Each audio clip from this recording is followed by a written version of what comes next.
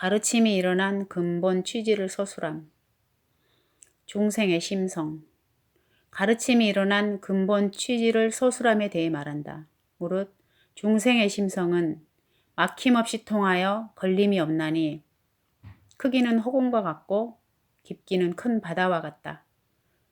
허공과 같기 때문에 그 바탕이 평등하여 특정한 모양이랄 것이 따로 없으니 어떻게 깨끗하고 도로운 곳이 있겠는가. 큰 바다와 같기 때문에 그 성품이 윤택하고 부드러워 능히 연을 따르면서도 거스리지 아니하니 어찌 움직일 때와 고요할 때가 없겠는가. 그리하여 혹은 번뇌의 바람으로 인하여 오탁에 빠져 오랫동안 구르기도 하고 괴로움의 물결 속에 잠겨 길이 흘러가기도 하며 혹은 착한 힘을 이어받아 사류를 끊고는 사바세계로 돌아오지 않고 피안에 이르러 길이 정멸에 들기도 한다. 그런데 이와 같은 움직임과 고요함은 모두 큰 꿈과 같다. 깨달음의 경지에서 말한다면 여기도 없고 저기도 없으며 예토와 정국이 본래 일심이며 생사와 열반이 끝내 둘이 아니다. 성불의 뛰어난 방편인 정토.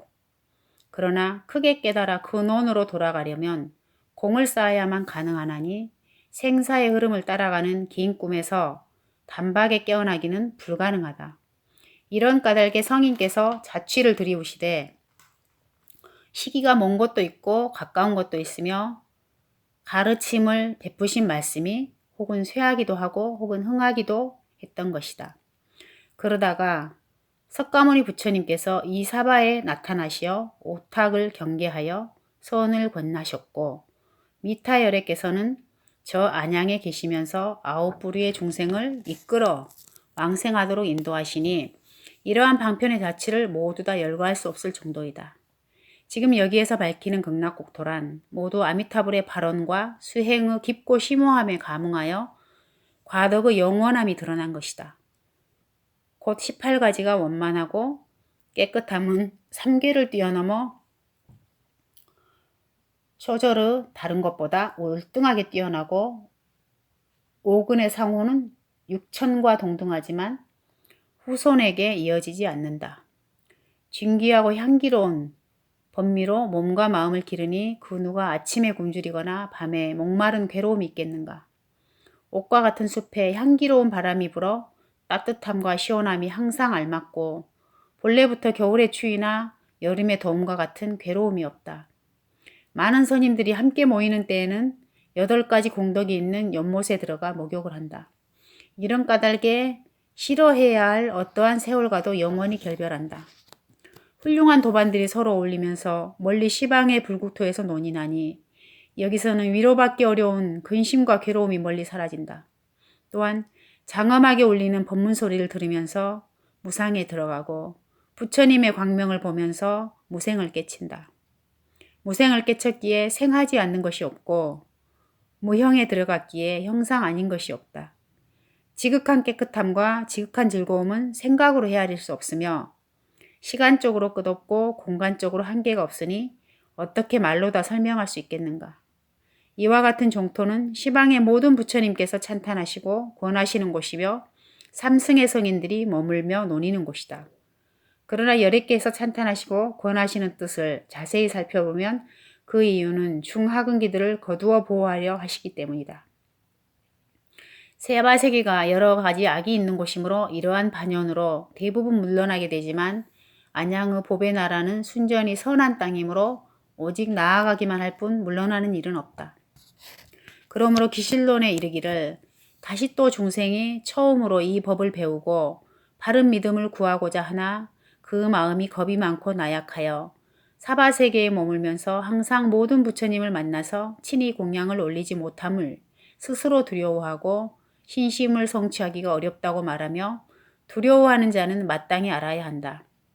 열애께서는 뛰어난 방편이 있으시어 신심을 거두어 보호하신다는 것을 이른바 오로지 부처님을 생각하는 인연 때문에 원력을 따라 타방의 부처님 국토에 왕생하여 항상 부처님을 뵙고 길이 악도를 떠나게 하신다는 것이다.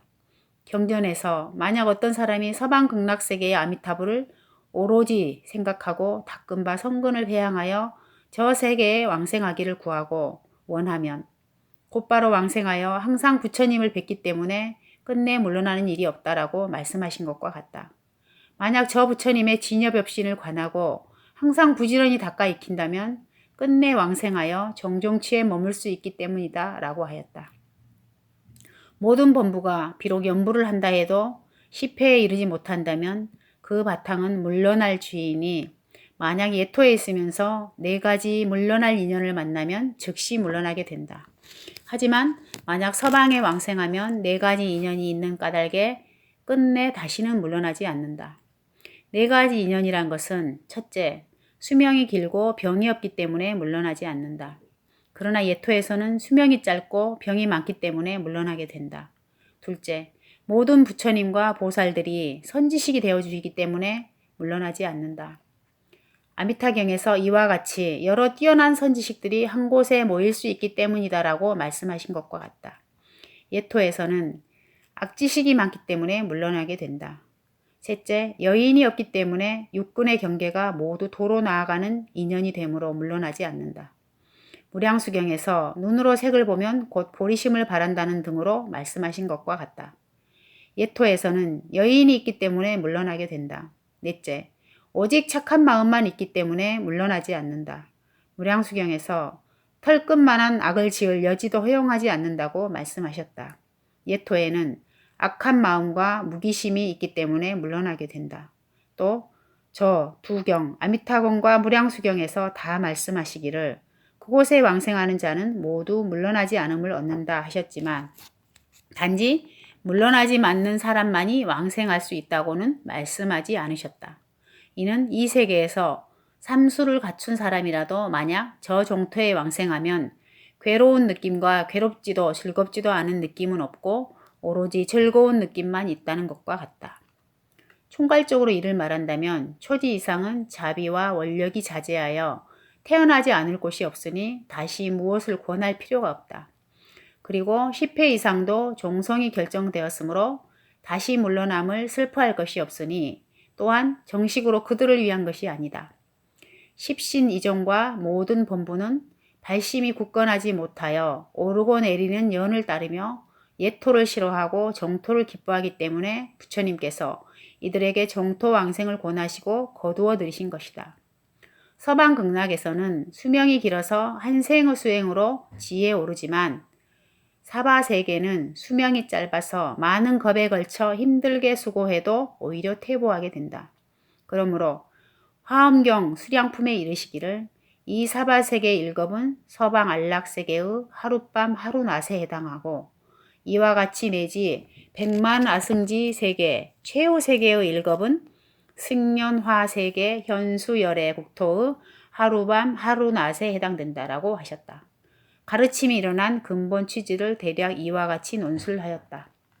서방 정토가 있는 곳을 논정함, 정토의 구분. 둘째로 정토가 있는 곳을 논정하는 것이다. 불토는 원흉하여 본래 동서가 없다. 그러나 중생이 지닌 근기가 여러 갈래이기에 비로소 이곳과 저곳이란 방향이 나타난 것이다. 이를 간략하게 논하자면 저 극락의 소재에 대해서는 1승과 3승의 구분이 있지 않다. 만약 1승에 의한다면 극락정토는 화장세계에 속한다. 왜냐하면 열부처님의 국토는 원흉하여 말로써 나타낼 수 없기 때문이요. 보현보살의 인분에서 보는 것에도 한계가 없기 때문이다. 만약 3승에 의한다면 서방정토는 보통 4토로 이루어져 있다. 첫째는 법성토, 둘째는 실보토, 셋째는 수용토, 넷째는 변화토이다. 이 가운데에서 법성토와 실보토는 한맛으로 평등하고 법계에 두루 퍼져 있어 헤아릴 수조차 없다. 수용토와 변화토는 원하는 것에 따라 감응하며 바라는 근기에 따르기 때문에 방향을 가리킬 수 있다. 그러므로 소무량수경, 아미타경에서 여기로부터 서쪽으로 10만억 불국토를 지나면 세계가 있으니 이름을 극락이라 한다라고 말씀하신 것이다. 4가지 상대문. 이제 저 세계의 청정함과 청정하지 않음에 대해 간략히 4가지를 서로 대조하여 그 오르고 내림을 나타내고자 한다. 이른바 인과 과가 상대하기 때문이요. 한결같음과 한결같지 않음이 상대하기 때문이며 순수함과 잡됨이 상대하기 때문이요. 정정치가 정정 아님이 상대하기 때문이다. 인과 상대문. 인과 과가 상대한다라고 말하는 것은 이른바 금강지, 십지 이하의 보살이 머무는 곳을 과보토라고 부르고 정토라고 부르지 않는다. 아직 고재의 과보와 근심을 여의지 못했기 때문이다. 오직 부처님이 계시는 곳만을 정토라고 부르는데 일체의 도로움과 근심이 남김없이 소멸되었기 때문이다. 이러한 뜻에 의거하는 까닭에 인왕경에서는 사면과 십성은 과보토에 머물고 오직 부처님 한 분만이 정토에 머무시며 일체의 중생은 잠시 과보토에 머물다가 금강원에 오르면 정토에 머물게 된다라고 말씀하셨다. 일양 불일양 상대문. 둘째는 한결같음과 한결같지 않음이 상대한다. 이른바 팔지, 부동지 이상의 보살이 머무는 곳을 정토라고 부른다. 왜냐하면 그들은 한결같이 삼계의 일에서 벗어났기 때문이며 또한 사구의 한결같은 뜻을 갖추었기 때문이다. 그러나 칠지 이하의 모든 보살이 머무는 곳은 정토라고 부르지 않는다. 왜냐하면 한결같이 삼계를 벗어나지 못했기 때문이며 혹 원력을 타고 삼계를 벗어난다 하더라도 한결같이 사구를 구족하기 못했기 때문이다. 사구란 한결같이 즐겁고 한결같이 깨끗하며 한결같이 재앙이 없고 한결같이 자제함을 말한다. 칠지 이하의 보살이 관에서 나올 때는 혹은 과보의 무기심을 일으키거나 칠식의 4가지 미혹이 일어나 현행하기 때문에 한결같이 깨끗한 것이 아니고 한결같이 재난이 없는 것도 아니다. 팔지 이상은 이와 같지 않다. 이러한 뜻에 의하기 때문에 섭대승론에서는 정토는 출출세 선법의 공능에서 생긴다라고 하였다. 이를 풀이한 섭대승론석에서는 이승에서는 출세라고 이름하고 팔지 이상으로부터 불지에 이르기까지는 출출세라 이름한다. 출세법은 세법을 상대하여 다스리고 출출세법은 출세법을 상대하여 다스린다. 그 공능은 4가지 연으로 모양을 삼는다. 출출세 선법의 공덕으로부터 이 정토를 일으키기 때문에 집재로서 원인을 삼는 것이 아니다라고 널리 설하였기 때문이다. 순잡 상대문. 셋째로 순수함과 잡됨이 상대한다는 것은 범부와 이승이 섞여서 사는 곳은 청정색이라고 이름할 수가 없고 오직 십지 이상의 괴의에 들어간 보살이 난 곳이라야 청정세계라 이름할 수 있다. 범부와 이승이 섞여 사는 저 세계는 순수하고 청정한 곳이 아니지만 대지에 들어간 보살이 사는 이 세계는 순수하고 청정한 곳이기 때문이다. 이러한 뜻에 의하기 때문에 육아론에서 이르기를 세계가 한량이 없으나 2가지로 구분할 수 있으니 이른바 청정한 세계와 청정하지 못한 세계를 말한다. 청정한 세계 가운데는 지옥, 방생, 옆으로 기어다니는 중생, 아귀가 없고 또 욕계, 색계, 무색계도 없으며 순전하게 보살 대중만이 그 가운데에 머무른다. 이런 까닭에 청정세계라고 이름한다. 이미 제3지에 들어간 보살은 원력으로 말미암은 까닭에 그곳에 생을 받는다. 거기에는 이생, 육도 윤회하는 중생이 없으며 또한 이생이 아닌 성문과 독각도 없다. 만약 이생이 아닌 보살이라면 저곳에 태어날 수 있다라고 하였다. 이를 풀이하여 말하면 제3지는 환희지이다. 또 7종 문지에서 보면 제3정승의락지이기 때문에 13주를 섭수하여 7종지를 세운 것이다. 이러한 것은 저논, 육아사지론에서 설한 것과 같기 때문이다. 정정, 비정정 상대문. 넷째로 정정과 비정정이 상대되는 문이란 정정의 상이 아닌 삼치중생이 고통으로 살아가는 땅을 예토라 하고 오직 정정취만이 살고 있는 곳을 정토라고 부른다. 이 가운데는 사과의 성문도 있으며 또한 사의의 범부도 있지만 오직 사정취와 부정취의 중생은 없을 뿐이다. 정정등이라고 말한 것은 중생계에는 대략 3치가 있다는 것을 총괄하여 말한 것이다. 저 무량수경에서 어떤 중생이 저 나라에 태어나는 자는 모두 다 정정취에 머물게 되나니 그 까닭이 무엇인가? 저 불국토 가운데에는 모든 사정취와 부정취가 없기 때문이다라고 말씀하신 것과 같다. 이와 같은 3가지 모습은 어떠한가? 총괄적으로 설명하자면 일천제의 사람을 사정취라 하고 이승의 정취 이상 이승의 정미 이상과 보살의 초발심주 이상을 정종치라 판정한다. 만약 이미 정취에 들어왔다고 하더라도 그 정종치에 이르지 못하면 부정취가 되는 것이니, 그러나 결정코 물러나지 않고 성근을 끊는 일이 없으면 이와 같은 이들은 정정치의 의미가 된다고 부른다. 유가론에 의하면 정정에 둘이 있으니 첫째는 본성정정이요 두 번째는 습성정정이다. 오종성 가운데 보살성을 가진 사람은 오역을 짓지 않고 성군도 끊지 아니하니 이를 본생정종치라고 이름한다. 그러나 이승성, 성문과 영각의 종성과 부정성은 오역을 짓고 성근을 끊으면 성근을 끊을 때를 사종치라고 부른다. 이러한 사람이 성근을 계속하여 나간 뒤에라도 바른 길에 들지 못할 때에는 부정취가 된다. 이미 바른 길에 들어간 때에는 곧 세 가지 품계가 있다. 본래 상근기로 바른 길에 들어간 사람은 즉시 정종취가 되고, 중근기는 난위에 이르며 하근기는 정위에 이르렀어야 각각 정종취가 되며 나머지는 부정취에 속한다. 만약 이 부정의 종성을 가진 사람이라도 바로 대승을 향하여 바른 길로 들어간 자는 신심을 수행하여 일만겁이 지나 신심이 성취되면 비로소 정종취가 된다. 저 기실론에서도 이 뜻을 밝혔으니 이는 수습에 의거하여 정종치를 이름을 말한 것이다. 만약 본래부터 보살종성으로서 곧바로 대승을 향하여 들어간 자라면 처음 들어간 때에 영원히 물러나지 않음을 얻으며 업력으로 말미암아 악취에 떨어지지 않는다라고 하였다. 여기 보살종성의 경우에 의하여 말한다면 십신위에 들어가야 문득 불태를 얻는다고 앞에서 말한 부정취의 종성과는 같지 않다. 그러나 이와 같은 것들은 모두 예토의 경우에 대해서 말한 것이다. 예토의 경우에 만약 저 종토에 왕생할 수 있는 자는 이승으로 정해진 종성은 곧 왕생하지 못하고 무여열반을 얻은 뒤에야 혹 왕생할 수 있게 된다. 그러나 부정성 가운데서도 산품인 사람은 모두 발심한 자는 산품인 사람으로 모두 발심한 자는 모두 저 종토에 왕생할 수 있는데, 저 종토에 왕생할 때 바로 정종치에 들어가나니 이는 외적인 년, 부처님의 가피의 힘에 안죽게 하고 유지해 주기 때문이다. 삼취, 사종치, 부종치, 정종치에 대한 분별은 그 뜻이 대략 이와 같다. 아미타불의 원행으로 성취된 정토. 이제 이 무량수경에서는 무량수국, 극락세계에 대하여 설하시되 제4문, 대승, 소승, 범부, 성인에 대하여 정토가 되는 까닭을 설명하였다. 그 이유는 대승과 소승을 널리 포용하고 아울러 범부와 성인을 인도하여 함께 수승한 곳으로 왕생하여 같이 대도로 나아가고자 하기 때문이다.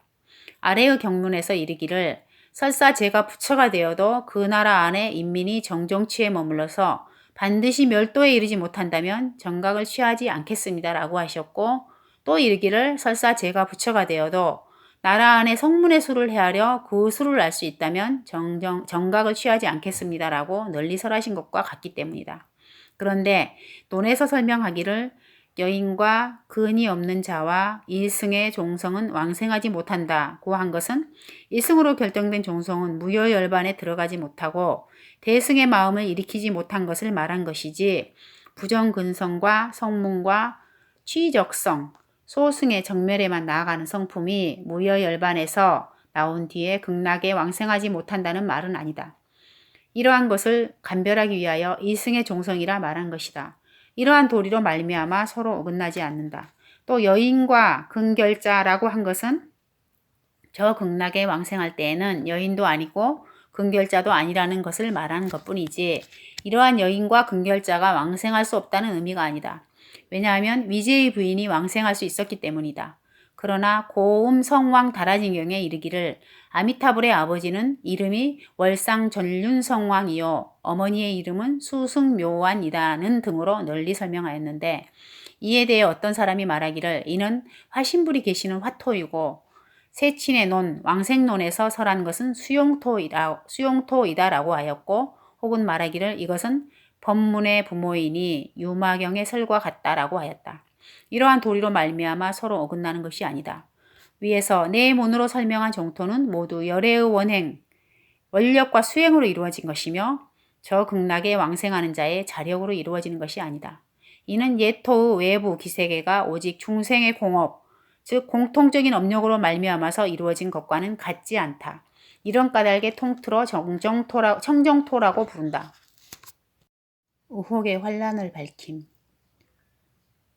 이 중에서 처음은 의심되는 경계를 밝히고 다음은 의혹이 생각을 대체하는 모습을 밝히며 뒤에는 저 극락세계의 왕생함에 있어 화생과 태생의 우열을 밝힌다.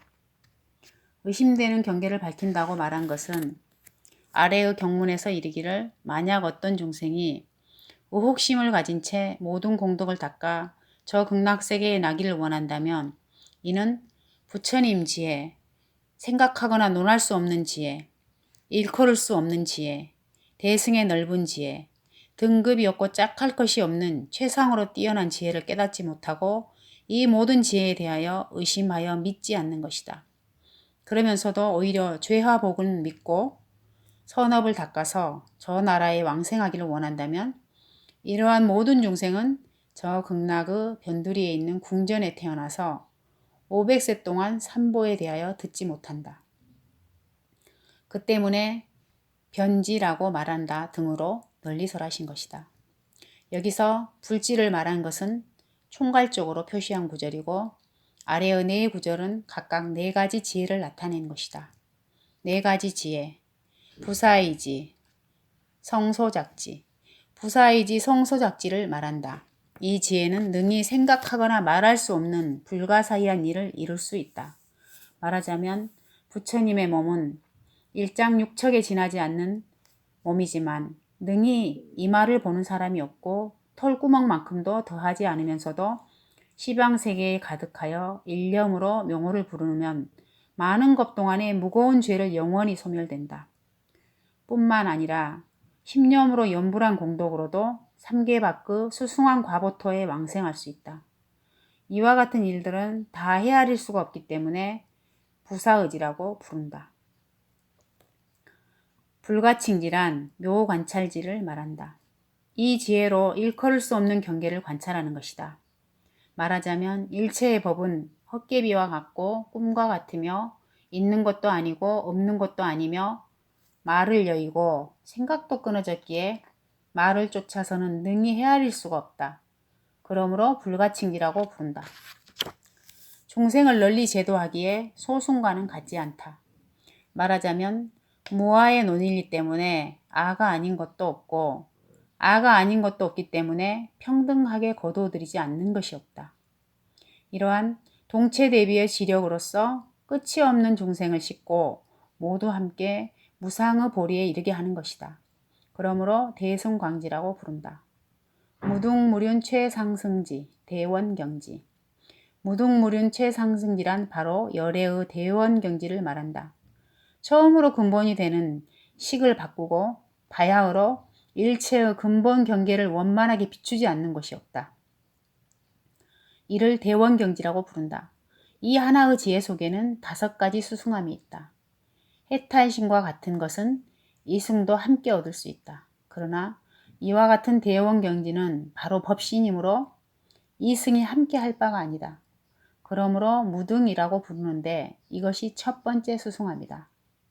앞에서 든 3가지 지혜는 보살도 점차로 얻지만은 대원경지는 오직 부처님만 단박에 증득할 수 있을 뿐 나머지 부류들에게는 없는 것이다.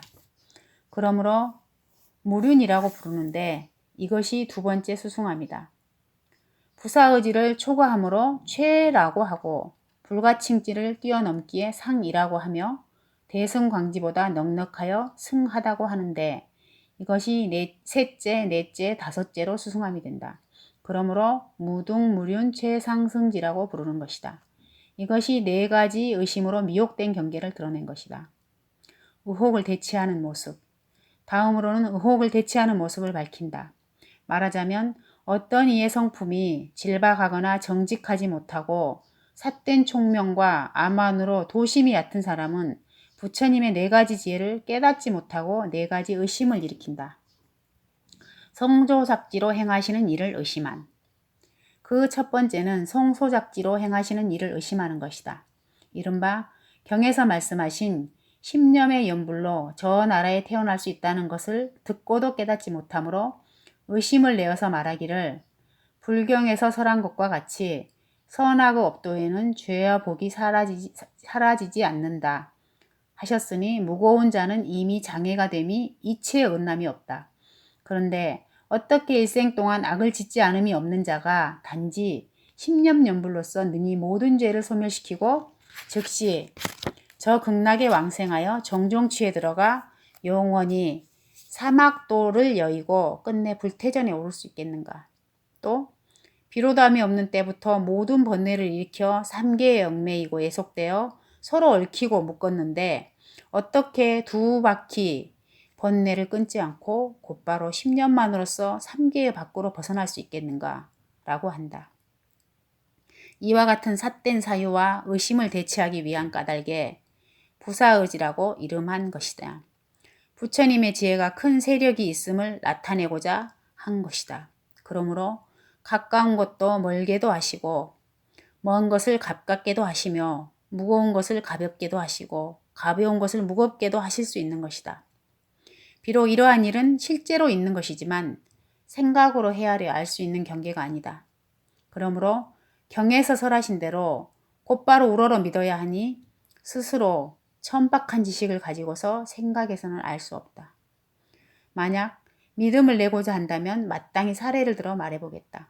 비유컨대 1000년 동안이나 쌓은 섭의 높이가 100리나 된다고 하더라도 이를 태우면 콩알 만한 불씨로 하루 만에 다 태울 수 있다. 그런데도 1000년 동안 쌓은 섭을 어떻게 하루에 다 태우느냐라고 말하는 것과 같다. 또 안전뱅이가 자력으로 부지런히 간다면 여러 날을 보내야 한 유순을 가겠지만 만약 그가 배를 타고 바람의 힘에 의지한다면 하루 동안에 능히 천리를 갈 수 있다. 그런데도 의심하여 안전뱅이가 어떻게 하루 동안에 천리를 간다고 말하는가 라고 말한다. 세간에서 벌을 부리는 사공의 힘으로도 오히려 이와 같이 생각지 못하는 일을 하거든 하물며 열의 법왕의 힘으로써 어찌 불가사의한 일을 할 수 없겠는가. 이것이 네 가지 의심 중에 첫 번째 의심을 대체하는 것이 된다. 묘관찰지로 관찰하시는 경계를 의심함. 두 번째 의심이란 이른바 묘관찰지로 관찰하시는 경계에 대하여 의심하는 것이다. 경에서 부처님의 지혜를 찬탄하여 이르기를 모든 법을 관찰하니 유도 아니고 무도 아니며 유무의 두 가지 변을 멀리 여의고 중도에 집착하지 아니한다 라고 하였다. 그런데 이를 분명히 알지 못하기 때문에 의심을 내어 말하기를 지금 저울을 보면 물건이 무거우면 저울 때가 낮아지고 물건이 가벼우면 저울 때가 반드시 올라간다. 그런데 만약 가벼운데도 저울 때가 올라가지 않고 무거운데도 저울 때가 낮아지지 않는다라고 말한다면 이는 말만 있되 실제적 의미는 없는 것이다. 인연으로 생기는 법도 또한 마땅히 그러한 것임을 알아야 한다. 만약 실제로 무가 아니면 곧 유에 떨어질 것이요. 만약 유가 아니면 곧 무에 해당한다. 만약 무가 아니면서도 유를 얻지 못하고 유가 아니면서도 무에도 떨어지지 않는다고 말한다면 이는 곧 무거운데도 저울에 저울 때가 낮아지지 않고 가벼운데도 저울 때가 올라가지 않는 것과 같다. 그러므로 이것도 말은 있으나 실제는 없는 것임을 알 수 있다라고 한다. 이와 같이 저울질을 한다면 곧 온갖 치우침에 떨어진다. 또는 의탈을 실제로 있는 것으로 집착하면 증익의 치우침이 떨어지고 또는 인연으로 생겨난 것을 공무라고 집착하면 송감의 치우침에 떨어지며 또는 속죄를 유로 개탁하고 진죄를 공으로 개탁하여 두 치우침을 모두 등지면 상위론에 떨어지며 또는 유도 아니고 무도 아니라고 개탁하여 한결같은 중의 치우침에 집착하면 어리석은 논리에 떨어진다. 이는 성론 대지도론에서 유도 아니고 무도 아니다 라고 하는 것은 우치론이다 라고 말한 것과 같다. 그래서 이러한 삿되게 저울질하는 집착을 다스리기 위해서 불가칭치를 바로 세움으로써 모든 법은 매우 깊어 말을 떠나고 생각도 끊어져서 생각하거나 저울질하거나 말에 따라 뜻을 취할 수 없음을 나타내고자 한 것이다. 유가론에서 설한 것과 같다.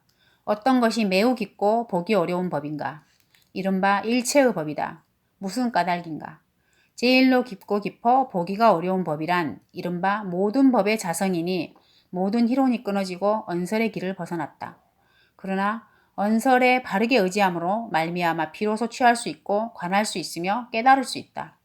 이런 까닭에 모든 법은 깊고 깊어 보기가 어렵다. 이것이 두 번째 의심을 대처하는 것이 된다. 세 번째 의심이란 이른바 부처님께서 평등성지로 중생을 평등하게 제도하시는 뜻을 의심하는 것이다.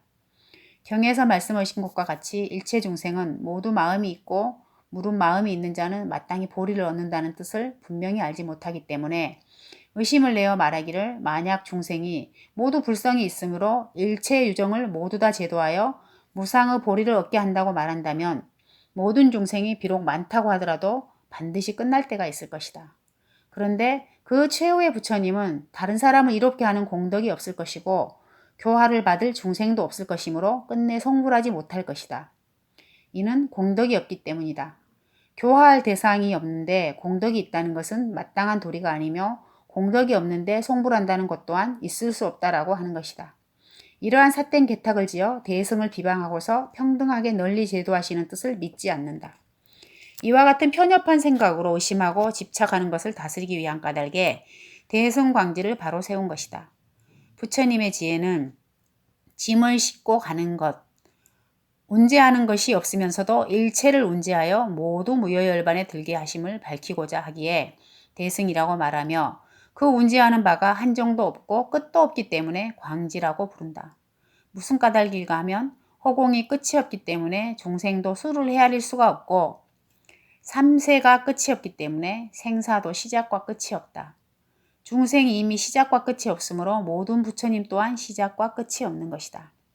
만약 이미 모든 부처님이 처음으로 성불했었다면 그 앞에는 부처님이 없었을 것이요 곧 성교도 없었을 것이다. 성교가 없었기 때문에 가르침을 듣고 훈습함도 없었을 것이요 듣고 훈습하는 일이 없이 성불을 했다고 하면 곧 원인이 없이 결과가 있는 것이니 이는 다만 말은 이시되 실제는 없는 것이다. 도리가 이러하기 때문에 모든 부처님은 시작이 없는 것이다. 비록 실제로 시작이 없다고 하더라도 한 부처님도 본래 범부가 아닌 적이 없다. 비록 모두 본래는 범부였다고 하더라도 정한 데 없이 옮겨 다니면은 시작이 없다. 이러한 뜻에 의거해 보면 중생도 마침이 없음을 알 수 있다. 비록 실제로 마침이 없다고 하더라도 한 사람도 뒷날 부처를 이루지 못하는 일은 없다. 비록 모두 부처를 이룬다고 하더라도 전전함에는 마침이 없다. 이런 까닭에 마땅히 평등성지로 제도하지 못할 것이 없고 한계가 있는 것도 아님을 믿어야 한다. 이 때문에 대승광지를 바로 세우는 것이니 이것이 세 번째 의심을 대처하는 것이 된다. 대원경지로 일체 경계를 두루 비추시는 뜻을 의심함. 네 번째 의심이란 이른바 대원경지로 일체 경계를 두루 비추시는 뜻을 의심하는 것이다. 어떤 것을 의심하는가? 이러한 말을 만들어 말하기를 허공이 끝이 없기 때문에 세계도 끝이 없고 세계가 끝이 없기 때문에 중생도 끝이 없으며 중생이 끝이 없기 때문에 마음과 행위도 차별되고 근, 욕심, 성, 성품 등도 모두 한계가 없으며 어떻게 이러한 것을 모두 다 알 수 있겠는가? 그것은 마땅히 점차로 수습하여 알게 되는 것인가? 마땅히 닦지 않고 호련히 단박에 비추게 되는가? 만약 수습하지 않고 호련히 단박에 비추게 된다면 일체 범부도 모두 마땅히 평등하게 비추게 될 것이다. 그러나 범부는 평등하게 닿지 않으며 다른 인연도 없는 까닭이다.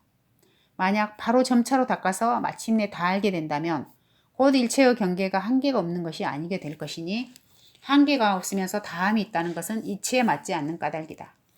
이와 같이 나아가고 물러나는 것이 모두 성립되지 않는데 어떻게 널리 비출 수 있으며 일체종지라고 부를 수 있겠는가 라고 의심한다. 열애를 우러러 한결같이 엎드려 믿을 것임을 밝힘. 이와 같이 두 갈래로 논란하여 의심하는 것을 다스리려는 까닭에 무등무륜 최상승지를 세워 대원경지는 앞에 삼지, 성소작지, 묘관찰지, 평등성지를 뛰어넘어 그들 부류와 비교할 수 없고 진제와 속제의 밖에 홀로 있어 짝할 것이 없으며 두 관문, 두 갈래로 논란하여 의심하는 것은 밖에 있어 막힘이 없이 초연한 것이어서 다만 마땅히 우러러 믿을 뿐이요 비교하여 헤아릴 수가 없음을 밝히고자 한 것이다. 이 때문에 최상승지라 부른다. 이에 대해 어떻게 우러러 믿는 마음을 일으킬 것인가. 비유하자면 세계가 끝이 없으나 허공의 밖을 벗어나지 못하는 것과 같이 온갖 경계가 무한하지만 일심 안에 모두 들어간다. 부처님의 지혜는 상을 여의고 일심의 근원으로 돌아가나니 지혜와 일심은 혼연이 같아 둘이 없다. 또한 시각이란 곧 본각과 같기 때문에 온갖 경계가 부처님 지혜의 바깥을 벗어나지 않는다. 이러한 도리로 말미암아 경계가 다하지 않음이 없지만 유한한 것도 아니다. 왜냐하면 끝이 없는 지혜로서 끝이 없는 경계를 비추기 때문이다. 지실론에서 일체 경계는 본래 일심으로 상념에서 벗어났지만 중생이 망령되게 경계를 보기 때문에 마음에 분재가 있다. 망령되게 상념을 일으켜 법성에 합치하지 못하기에 분명하게 깨닫지 못하지만 제불열애께서는 견상에서 벗어나서 두루하지 않는 바가 없으시다. 마음이 진실하기 때문에 이것이 바로 모든 법의 성품이다. 그리고 그 자체가 일체의 망령된 법을 밝게 비추며 대지혜의 작용과 무량한 방편으로 모든 중생이 마땅히 이해할 수 있는 바에 따라 모두에게 일체법의 뜻을 열어서 보여주신다. 그러므로 이름을 일체종지라고 한 것이다 라고 말한 것과 같다. 이것이 무등무륜 최상승지가 된다. 보는 바가 없기 때문에 보지 못하는 바도 없는 것이다. 이와 같이 네 번째 의심을 대체하는 것이다. 만약 뜻을 얻지 못하고 말에서 뜻을 취하여 끝이 있느니 끝이 없는 일을 한다면 모두 허물을 벗어날 수 없다. 또한 끝이 있지 않다는 치우침문에 의지하여 끝이 없다는 뜻을 가설했을 뿐이다. 만약 이와 같은 네 가지 의심을 해결하지 못한다면 비록 저 극락세계에 왕생한다고 하더라도 변지에 있게 된다. 그러나 만약 어떤 사람이 비록 앞에서 말한 것과 같은 사지의 경계를 분명히 알지 못한다 하더라도 스스로 겸손할 수 있으며 시만이 열리지 못했더라도 열애를 우러러 한결같이 엎드려 믿으면 이러한 사람들은 그가 수행한 품에 따라서 저 극락에 왕생하여 변지에 있지 않게 된다. 저 변지에 나는 자는 별다른 한 부류로서 그 품에는 포섭되지 않는다. 이런 까닭에 마땅히 망년된 의혹을 내서는 안 된다. 극락에서 화생과 태생의 구별. 다음으로는 저 극락의 왕생함에 있어 화생과 태생의 우열을 밝힌다. 무량수경에서 말씀하신 것과 같다. 그때 부처님께서 아난과 자시보살에게 말씀하셨다. 너희들은 저 나라가 땅에서부터 정거천에 이르기까지 그 가운데에 있는 미묘하고 장엄청정한 자연의 물건들을 모두 보았느냐? 아난이 대답하여 아뢰기를 예 그러하옵니다. 이미 보았습니다. 부처님께서 말씀하시되 너는 정령코 다시 무량수불께서 큰 소리로 일체 세계의 중생들을 교화하기 위하여 법문을 선포하시는 것을 들었느냐? 아난이 대답하여 이르기를 그러하옵니다. 이미 들었습니다. 부처님이 말씀하시기를 저 나라의 인민들이 백천유순의 칠보궁전을 타고 살면서 장애되는 바 없이 두루 시방의 모든 부처님께 공양하는 것을 너는 보았느냐? 아난이 대답하여 이르기를 이미 보았습니다. 저 나라의 인민으로 태생인 자가 있는 것을 너는 보았느냐? 아난이 대답하여 이르기를 이미 보았습니다. 그 태생인 자가 살고 있는 궁전은 100유순이나 또는 500유순이나 되는데 각기 그 속에서 모든 쾌락을 받는 것이 도리청과 같으며 또한 모두 자연스러우니라. 그때 자시보살이 부처님께 여쭈었다. 세존이시여 무슨 인과 무슨 연으로 저 나라 인민들이 태생이나 화생하게 되는 것입니까? 부처님께서 자시보살에게 말씀하시기를 만약 어떤 중생이 의혹심을 가진 채 모든 공덕을 닦아 저 나라에 왕생하기를 원하거나 또는 부처님의 지혜인 부사의지와 무등무륜 최상승지를 요달하지 못했거나 이 모든 지혜에 대하여 의혹을 품고 믿지 않으면서도 오직 죄와 복을 믿고 착한 근본을 수습하여 그 나라에 왕생하기를 원하면 이 모든 중생은 저 극락의 궁전에 태어나서 수명이 500세 동안 항상 부처님을 뵙지 못하고 경에서 설하는 법을 듣지 못하고 보살과 성문 등의 성중도 만나보지 못하나니 이러한 까닭에 저 국토에서의 태생이라고 말하는 것이다. 만약 어떤 중생이 부처님의 지혜와 나아가 무등무륜 최상승지를 분명히 믿고 모든 공덕을 닦아서 신심으로 회양하면 이 모든 중생은 칠보화 속에 자연히 화생하여 가부좌의 자세로 앉아서 잠시 동안의 목무 광명과 지혜의 공덕이 모든 보살과 같이 성취하여 갖추게 되느니라. 또한 자시여 다른 부처님 나라의 모든 대보살들이 발심하여 무량수부를 뵙고자 공양하고 또한 공경하고 모든 보살과 성문의 무리들에게도 공경하고 공양하면 저 보살들은 목숨을 마치고는 무량수의 나라에 왕생하여 칠보화 속에서 자연히 화생하게 되느니라. 미륵이여 마땅히 알아라. 저곳에 화생하는 사람은 지혜가 뛰어나기 때문이요. 태생인 사람은 모두 지혜가 없기 때문에 500세 동안 항상 부처님을 뵙지 못하고 경의 법문도 듣지 못하며 보살과 모든 성문의 무리들도 보지 못한다. 이러한 사람은 부처님께 공양을 올리지 않았고 보살의 법식도 알지 못하고 공덕을 수습하지 않았던 것이다. 마땅히 알라. 이러한 사람들은 숙세의 시절에 지혜가 없었고 의혹을 가졌기 때문이니라. 부처님께서 미륵보살에게 말씀하셨다.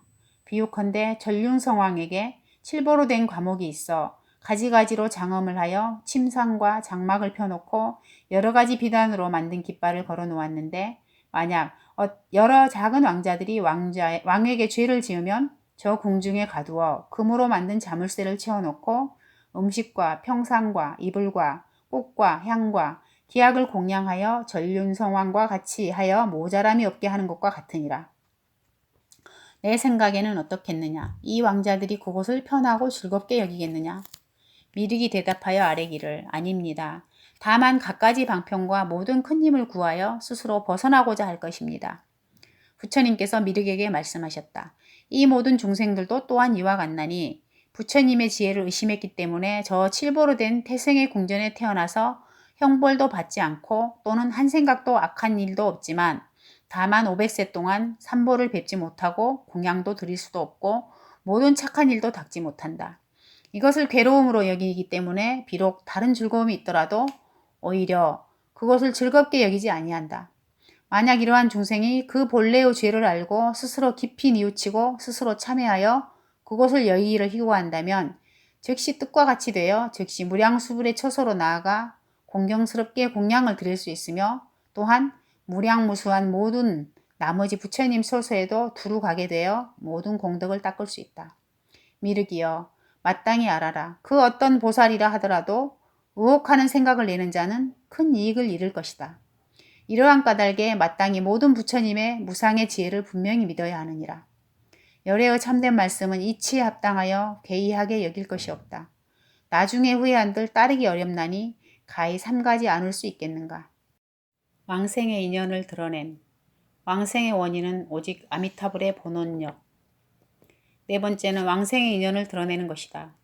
대개 일반적으로 말하는 왕생의 인은 정보의 장엄을 감득할 수 있을 뿐 아니라 또한 그 의보인 정토도 감득할 수 있다. 오직 열애의 본원력을 이어받기 때문에 아미타불의 감흥에 따라서 수용되는 것이지 자기 업인의 힘으로 성취되고 결정되는 것이 아니다. 이런 까닭에 왕생인이라고 부른다. 이 왕생인의 모습은 경론에 적잖게 나와 있다. 관무량수경에 의하면 16관을 설하셨고 왕생론 가운데서는 오문행을 설하였다. 지금 여기에서는 무량수경에 의하여 3배의 인을 설할 것이다. 3배 왕생인, 상배. 상배 가운데는 5가지를 말하고 있다. 첫째는 집을 버리고 욕심을 포기하고 사문이 되는 것인데 이는 정인을 일으키는 방편을 나타내는 것이다. 둘째는 보리심을 바라는 것으로 이는 정인을 밝히는 것이다. 셋째는 오로지 저 부처님을 염하는 것이니 이는 관을 닦음을 밝히는 것이다. 넷째는 모든 공덕을 짓는 것이니 이는 수행을 일으킴을 밝히는 것이다. 앞서 말한 관과 행은 곧 조업, 즉 왕생을 돕는 업이 된다. 다섯째는 저 나라에 왕생하기를 원하는 것이다. 이 한 가지는 원이고 앞에 4가지는 행이다. 행과 원이 서로 화합하면 바로 왕생할 수 있기 때문이다. 중배. 중배 가운데는 4가지를 말하고 있다. 첫째는 비록 사문은 되지 못한다 하더라도 마땅히 위없는 보리심을 발해야 한다. 그러므로 이는 정인을 밝힌 것이다. 둘째는 오로지 저 부처님을 염하는 것이다. 셋째는 다소나마 선을 닦는 것이다. 이 관과 행은 극락왕생을 돕는 만업, 즉 원만한 업이 된다. 넷째는 저 나라에 왕생하기를 원하는 것이다. 아프 행들과 이 원이 화합하여 왕생의 인이 된다. 하베. 하합의 안에는 두 종류의 사람이 있다고 말한다.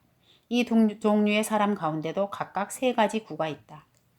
처음의 사람에게 세 가지가 있는데 첫째는 가령 모든 공덕을 짓지는 못하더라도 마땅히 위없는 보리심을 발해야 할 것이니 이는 정인을 밝힌 것이다.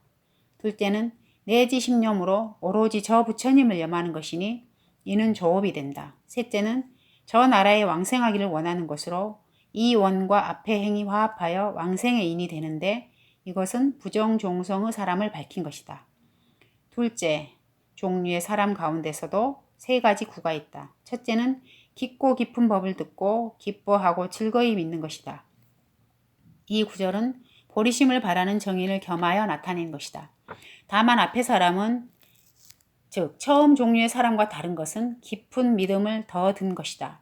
둘째는 내지 일념으로써 저 부처님을 염하는 것인데 이것은 왕생의 조인이 된다. 앞에서 말한 처음 종류의 사람은 깊은 신심이 없기 때문에 반드시 심념을 필요로 하지만 이 사람은 깊은 신심이 있기 때문에 반드시 심념을 구족할 필요는 없다.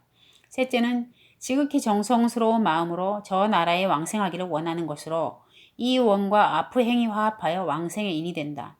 이것은 보살 종성의 사람에 대한 것이다. 경에서 말씀하신 것이 이와 같다. 왕생의 정인, 발보리심. 이제 이 글에서 그 모습을 간략하게 분별해 보면 이 가운데에 둘이 있다. 먼저 정인을 밝히는 것이고 나중은 조연을 밝히는 것이다. 이른바 정인이란 위없는 보리심을 바라는 것을 말한다. 곧 세간의 부귀를 원하거나 이승의 보리를 원하지 않고 보살이 한결같이 의지로 삼신의 보리를 원하는 것을 위없는 보리의 마음이라 부른다. 수사발심. 전체적으로 나타내면 비록 그러하지만 이 가운데에는 두 가지가 있다. 첫째, 사를 따라 발심하는 것이요. 둘째는 이를 따라 발심하는 것이다. 사를 따른다고 말하는 것은 번뇌가 수없이 많아도 마음으로 모두 끊기를 원하고 좋은 법이 한량없지만 이를 다 닦기를 원하며 중생이 가없으나 이를 다 제도하기를 원하는 것이다. 이 세 가지 일을 결정코 기약하고 원하는 것이니 첫째는 열애의 단덕 정인이요. 다음은 열애의 지덕 정인이며 셋째의 마음은 은덕 정인이다. 이 세 가지 덕이 합해져서 위없는 보리가 되나니 이 세 가지 마음이 모두 위없는 보리의 원이 된다. 원인과 결과가 비록 다르다고 하더라도 광대하고 장원함의 분량이 가지런하고 평등하여 빠뜨림이 없으며 포함하지 않는 것이 없기 때문이다. 경에서 발심, 즉 보리심을 일으키는 것과 필경, 즉 불과를 이룸의 둘은 다르지 않으나 이와 같은 두 마음에서 앞의 마음이 어렵나니 스스로 제도하지 못했지만 먼저 남을 제도하기 때문이다. 이런 까닭에 제가 처음 발심한 이에게 예를 올립니다 라고 말씀하신 것과 같다. 이 발심의 과보는 비록 보리이지만 그 화보는 정토에 있다. 왜 그런가 하면 보리심의 양이 공간적으로 끝없이 광대하고 시간적으로 한없이 장구한 까닭에 능히 끝없이 광대한 의보의 정토와 한없이 장구한 정보의 수명을 감득할 수 있기 때문이다. 보리심을 제외하고는 능히 그를 당할 만한 것이 없나니 그러므로 이 보리심이 저 정토의 정인이 된다고 말한 것이다. 이는 사를 따라 발심하는 모습을 밝힌 것이다. 순리 발심. 이른바 이에 순응하여 발심한다는 것은 모든 법이 다 헛개비 같고 꿈과 같아서 있음도 아니고 없음도 아니며 말도 여의고 생각도 끊어졌다는 것을 믿고 이해하고서 이러한 믿음과 이해에 의하여 광대한 마음을 바라는 것이다. 비록 번뇌와 선법이 있음을 보지 않지만 끊을 번뇌와 닦을 선법이 없다고 버리지 않는다. 이런 까닭에 비록 다 끊고 다 닦을 것을 소원하더라도 무언산매를 어기지 않으며 비록 한량없는 중생을 다 제도하기를 소원하더라도 제도하는 주체와 제도받을 대상이 있다는 생각을 하지 않는다. 그러므로 능히 공산매와 무상산매에 수순할 수 있는 것이다. 마치 저 금강경에서 이와 같이 무량한 중생을 멸도하더라도 실제로는 멸도를 얻은 중생이 없다라고 널리 말씀하신 것과 같다. 그러므로 이와 같은 발심은 불가사의하다. 이는 이에 수순하여 발심한 모습을 밝힌 것이다. 사를 따르는 발심은 퇴전할 가능성에 의미가 있는데 부정성의 사람도 또한 능히 발심할 수 있다. 하지만 이에 수순하는 발심은 곧 퇴전하는 일이 없으니 보살성의 사람이라야 능히 발심할 수 있다. 이와 같은 발심은 공덕이 끝이 없어서 설사 모든 부처님께서 겁이 다하도록 연설하신다 하더라도 그 모든 공덕을 오히려 다 말씀하시지 못할 것이다. 정인의 모습을 대략 설명한 이와 같다. 왕생어 조인 하배어 심령. 다음에는 조인, 즉 도우는 원인을 밝힌다. 조인은 종류가 많은데 경과론에서도 자주 논했기 때문에 여기서 자세히 서술하지 않더라도 하나하나 미루어 알 수 있으리라 본다. 여기에서는 다만 하배어 심념을 밝히고자 한다. 이 경에서 말하는 하배어 심념이란 한마디 말 속에는 두 가지 뜻을 포함하고 있다. 이른바 현료, 즉 명료하게 드러낸다는 뜻과 은밀의 뜻, 즉 드러나지 않고 감추어진 뜻이 그것이다. 은밀한 뜻의 심령. 그때의 미륵보살이 부처님께 여쭈었다. 부처님께서 말씀하신 것과 같이 아미타불의 공덕과 이익으로 만약 심령을 계속할 수 있고 저 부처님 염하기를 끊이지 않는다면 곧 왕생할 수 있다고 하셨는데 마땅히 어떻게 염하는 것입니까? 부처님께서 말씀하셨다. 본부의 염이 아니어야 하고 불선한 염이 아니어야 하며 잡된 번뇌에 묶인 염이 아니어야 한다. 이와 같은 염을 갖추면 곧 안락국토에 왕생할 수 있다. 무릇 10념이 있으니 무엇이 10가지인가? 첫째는 모든 중생에게 항상 사랑하는 마음을 내고 모든 중생의 행위를 헐뜯지 않는 것이니 만약 그들의 행위를 헐뜯으면 마침내 왕생하지 못한다. 둘째는 모든 중생에게 깊이 가엾게 여기는 마음을 일으켜 가혹하게 해치려는 마음을 없애는 것이다. 셋째는 법을 지키고 보호하는 마음을 발하여 몸과 목숨을 아끼지 않으며 모든 법을 비방하지 않는 것이다. 넷째는 욕됨을 참는 가운데 결정심을 내는 것이다. 다섯째는 깊은 마음을 청정하게 가지고 이양을 탐하지 않는 것이다. 여섯째는 일체종지의 마음을 발하여 날마다 항상 생각하고 그만두거나 잊지 않는 것이다. 일곱째는 모든 중생에게 존중하는 마음을 일으키고 아만의 마음을 제거하여 자신을 낮춰 말을 겸손하게 하는 것이다. 여덟째는 세상 이에게 맛을 들여 집착하는 마음을 내지 않는 것이다.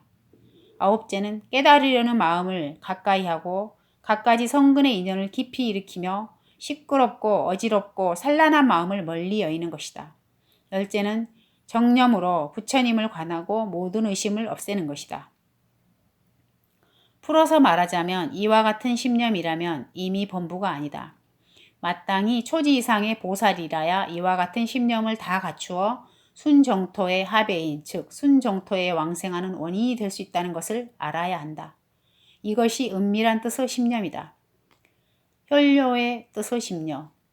혈료의 뜻의 심념의 모습이란 제4 상대문, 즉 정정, 비정정 상대문에서 정정 치문의 정토에 견주어 설명한 것이다. 저 광경에서 말씀하신 것과 같다. 하품하생이란 혹 어떤 중생이 불선업을 지어 오욕과 시박의 모든 불선을 갖춘 경우이다. 이와 같은 어리석은 사람은 악업으로 인해 마땅히 악도에 떨어져 오랜 세월을 지내면서 한없는 괴로움을 받을 것이다. 이와 같은 어리석은 사람이 목숨을 마치려 할 때 선지식을 만나면 선지식이 여러 가지로 편안하게 위로하고 그를 위하여 미묘한 법을 설하고 부처님을 염하도록 가르침을 받게 되느니라. 그러나 이 사람은 극심한 고통에 시달려 부처님을 염할 경황조차 없느니라. 그래서 선지식은 다시 그에게 그대가 만약 부처님을 생각하지 못한다면 마땅히 무량수불, 아미타불을 부르도록 하라고 하느니라. 이와 같이 지극한 마음으로 소리가 끊어지지 않게 하여 심념을 구족하게 되면 나무아미타불을 부르면 부처님의 명호를 부른 까닭에 매번 연불하는 가운데 80억겁의 생사의 죄가 제거되고 목숨을 마칠 때에는 마치 해와 같은 황금빛 연꽃이 그 사람 앞에 나타나는 것을 보고 한순간에 즉시 극락세계로 왕생하게 되느니라. 그렇다면 어떠한 마음을 이름하여 지극한 마음이라고 하는가? 어떤 것을 이름하여 심념의 상속이라 하는가? 집공께서 설명하여 말하기를 비유컨대 어떤 사람이 광야 가운데에서 우연히 악한 도둑을 만났는데 그가 창을 휘두르고 칼을 빼어들고 죽이고자 곧바로 오기에 그 사람은 부지런히 달아나다가 눈앞에 강을 보게 되었다. 이때에는 다만 강을 건너갈 방편만을 생각하다가 어느덧 강 기슭에 이르러서는 옷을 입은 채로 건너야 할 것인가, 옷을 벗고 건너야 할 것인가, 만약 옷을 입은 채로 건넌다면 잘 건너지 못할까 두렵고, 만약 옷을 벗고 건넌다면 시간을 얻지 못할까 두렵다 하며 다만 이 생각만을 할 뿐 다시 다른 생각은 없을 것이다. 당장 강을 건너야 한다는 생각이 곧 일념이며 이를 10번 생각하는 것이 십념이니 다른 생각이 섞여 있지 않다. 연불수행자도 또한 이와 같아서 만약 부처님의 명호를 생각하거나 부처님의 상호를 생각하되 빈틈이 없이 부처님만을 생각하여 내지 10번을 생각하면 이와 같이 지극한 마음을 일러 십념이라 한다라고 하였다. 이것이 혈료의 뜻의 십념인 모습이다. 십념과 오욕제의 문제. 지금 이 양공경, 즉 무량수경을 말함. 양공경에서 비록 십념을 설하였으나 이것에도 역시 은밀과 혈료의 두 가지 뜻이 있다. 그러나 그 가운데 혈료의 십념은 광경의 뜻과 조금 같지 않은 데가 있다. 저 광경에서는 오욕의 죄를 제외하지 않고 오직 방 등을 비방한 죄만 제외하였다. 그런데 이 양공경에서는 오욕과 정법을 비방한 것을 다 제외하였으니 이와 같이 서로 어긋나는 것을 어떻게 회통할 것인가. 저 경, 즉 광경에서는 비록 오욕죄를 지었다고 하더라도 대승의 가르침에 의지하여 참회하는 일을 말씀하신 것이고 이 무량수경에서는 참회하지 않는 일을 말씀하신 것이다. 이러한 뜻으로 말미암아 서로 어긋나지 않는다. 즉 어떤 사람은 말하길 미륵소문경의 십념이란 순수한 정토를 말씀하신 것이 아니고 역시 광경에서 제4, 즉 정정치 상대문의 정토에 대하여 말씀하신 것과 같다. 왜냐하면 말씀하신 십념은 비록 범부의 염은 아니지만 십심과 사면의 보살이 닦아 익힌 자비심 등이 십념이 된다고 말씀하셨기 때문이라고 한다. 그러므로 대보족경 발승지락회에서 말씀하시기를 그때의 미륵보살이 부처님께 아뢰기를 세존이시여 부처님께서 말씀하신 바와 같이 아미타불의 극락세계의 공덕과 이익으로 만약 어떤 중생이 10가지 마음을 발하여 하나하나의 마음에 따라 생각을 오로지 하여 아미타불께 향한다면 이 사람이 목숨을 마칠 때에 마땅히 저 부처님 세계에 왕생할 수 있다고 하셨습니다. 세존이시여 어떠한 것들을 이름하여 10가지 마음을 일으킨다 라고 하며 이런 마음으로 말미암아 마땅히 저 부처님의 세계에 왕생하게 되는 것입니까? 라고 하였다. 부처님께서 미륵보살에게 이르시기를 미륵이여 이와 같은 10가지 마음은 모두 범부나 어리석고 착하지 못한 사람이나 번뇌에 얽매인 자는 능히 일으키지 못하느니라. 어떤 것이 10가지라 하는가? 첫째는 모든 중생에게 대자의 마음을 일으켜 그들을 송상하거나 해롭게 하지 않는 마음이다. 둘째는 모든 중생에게 대비의 마음을 일으켜 핍박과 괴로움을 주지 않는 마음이다. 셋째는 부처님의 정법을 위하여 몸과 목숨을 아끼지 않고 즐거이 수호하는 마음이다. 넷째는 일체의 법에 뛰어나게 참는 마음, 즉 참음 또는 무생인을 나타내고 집착하지 않는 마음이다. 다섯째는 이 양을 탐내지 않고 공경하고 존중하며 생각을 깨끗이 하고 즐겁게 하는 마음이다.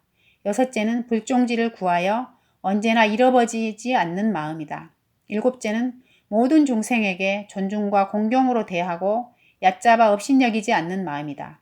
여덟째는 세론, 세간의 여론이나 논란에 집착하지 말고 벌이를 얻기 위한 실천에 결정된 마음을 내는 것이다. 아홉째는 모든 성근을 심어 잡되거나 더러움이 없는 청정한 마음이다. 열째는 모든 열애께 모든 상념을 버리고 떠나며 부처님을 따라 생각하는 마음을 일으키는 것이다. 미륵이여 이를 보살이 10가지 마음을 내는 것이라고 이름하느니라. 이 마음으로 인하여 반드시 아미타불의 극락세계에 왕생할 수 있느니라. 미륵이여 만약 사람이 여기에서 10가지 마음 가운데서 한 가지 마음만이라도 따라서 성취하고 기쁘게 저 부처님의 세계에 왕생하고자 하는데도 왕생하지 못하는 일이란 있을 수 없느니라고 하셨다. 이를 풀이하여 말한다. 곧 이 경, 대보적경은 미륵소문경과 원본은 같지만 번역을 달리한 것이다. 모든 범부나 어리석고 착하지 못한 사람이나 번뇌에 얽매인 자는 능히 십념을 발할 수 없다고 말씀하셨는데 여기서 범부란 무성일천제를 말한 것이요. 어리석은 사람은 공적함에만 나아가는 이승종성을 말하는 것이다. 정법을 비방하고 오역죄 등을 지은 이들은 착하지 못한 사람으로 번뇌에 얽매인 자를 말한다. 이들을 제외한 나머지 사람들이 한마음을 성취하면 마땅히 저 나라에 왕생할 수 있는 것은 반드시 옳은 것이다. 이러한 까닭에 미륵이여 십념은 범부의 염등이 아님을 마땅히 알아야 한다라고 말씀하신 것은 다만 십지 이상의 보살만이 닦는 십념이 아니라는 뜻이다. 만약 그렇지 않다면 십지 이전의 보살이라 하여 어찌 자비가 없겠으며 어찌하여 왕생하지 못하겠는가. 광경 가운데서 16관을 닦으며 마땅히 저 나라에 왕생한다고 하신 것은 널리 그 경에서 설하신 것과 같다. 구품의 행은 다음 장에서 마땅히 서술할 것이다. 왕생론의 5년문. 그리고 왕생론에서는 극락왕생을 위한 5가지 인행을 밝혔는데 저 논에서 말한 것은 다음과 같다. 만약 선남자 선여인이 5년문을 닦아서 성취하면 필경에는 안락국토에 왕생하여 저 아미타불을 뵙게 된다. 어떤 것들이 5년문인가? 첫째는 예배문이요. 둘째는 찬탄문이며 셋째는 자권문이요. 넷째는 관찰문이며 다섯째는 회양문이다. 어떻게 예배하는가? 신업으로 아미타열의 응공정변찍게 예배하는 것이니 저 나라에 왕생하려 하기 때문이다. 어떻게 찬탄하는가? 구업으로 찬탄하여 저 아미타 열애의 명호를 부르는 것이다. 저 열애의 광명과 지혜의 모습이 같이 저 명호의 뜻과 같이 여실하게 수행하여 상응하고자 하기 때문이다. 어떻게 원을 세우는가? 마음을 항상 일심으로 전념하여 필경에는 안락국토에 왕생할 것을 원하는 것이니 여실하게 사마타를 수행하고자 하기 때문이다. 어떻게 관찰하는가? 지혜로 관찰하고 바른 생각으로 저 극락의 의보와 정보를 관찰하는 것이니 여실하게 이파사나를 수행하고자 하기 때문이다. 여기에는 첫째로 아미타불의 정토를 장엄 공덕을 관찰하는 것, 둘째로 아미타불의 장엄 공덕을 관찰하는 것,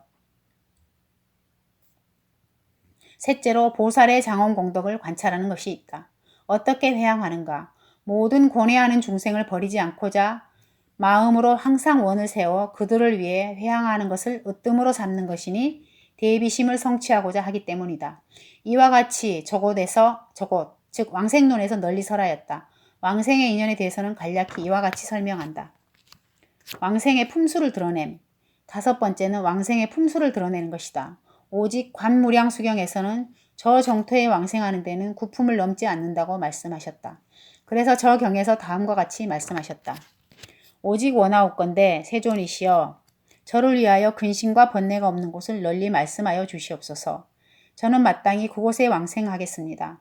저는 연부제 즉 사바세계와 같이 혼탁하고 악한 세상을 즐거워하지 않습니다. 이 혼탁하고 악한 세상에는 지옥 악의 축생이 가득하고 착하지 못한 무리가 많습니다. 저는 미래의 악한 소리를 듣지 않고 악한 사람도 보지 않기를 원하옵니다. 이제 세존을 향하여 오체를 땅에 던지어 애타게 참회하고 구하나이다. 오직 원하옵건대 해와 같은 부처님의 빛을 비추시어 제가 청정한 업으로 이루어진 곳을 보도록 가르쳐 주소서.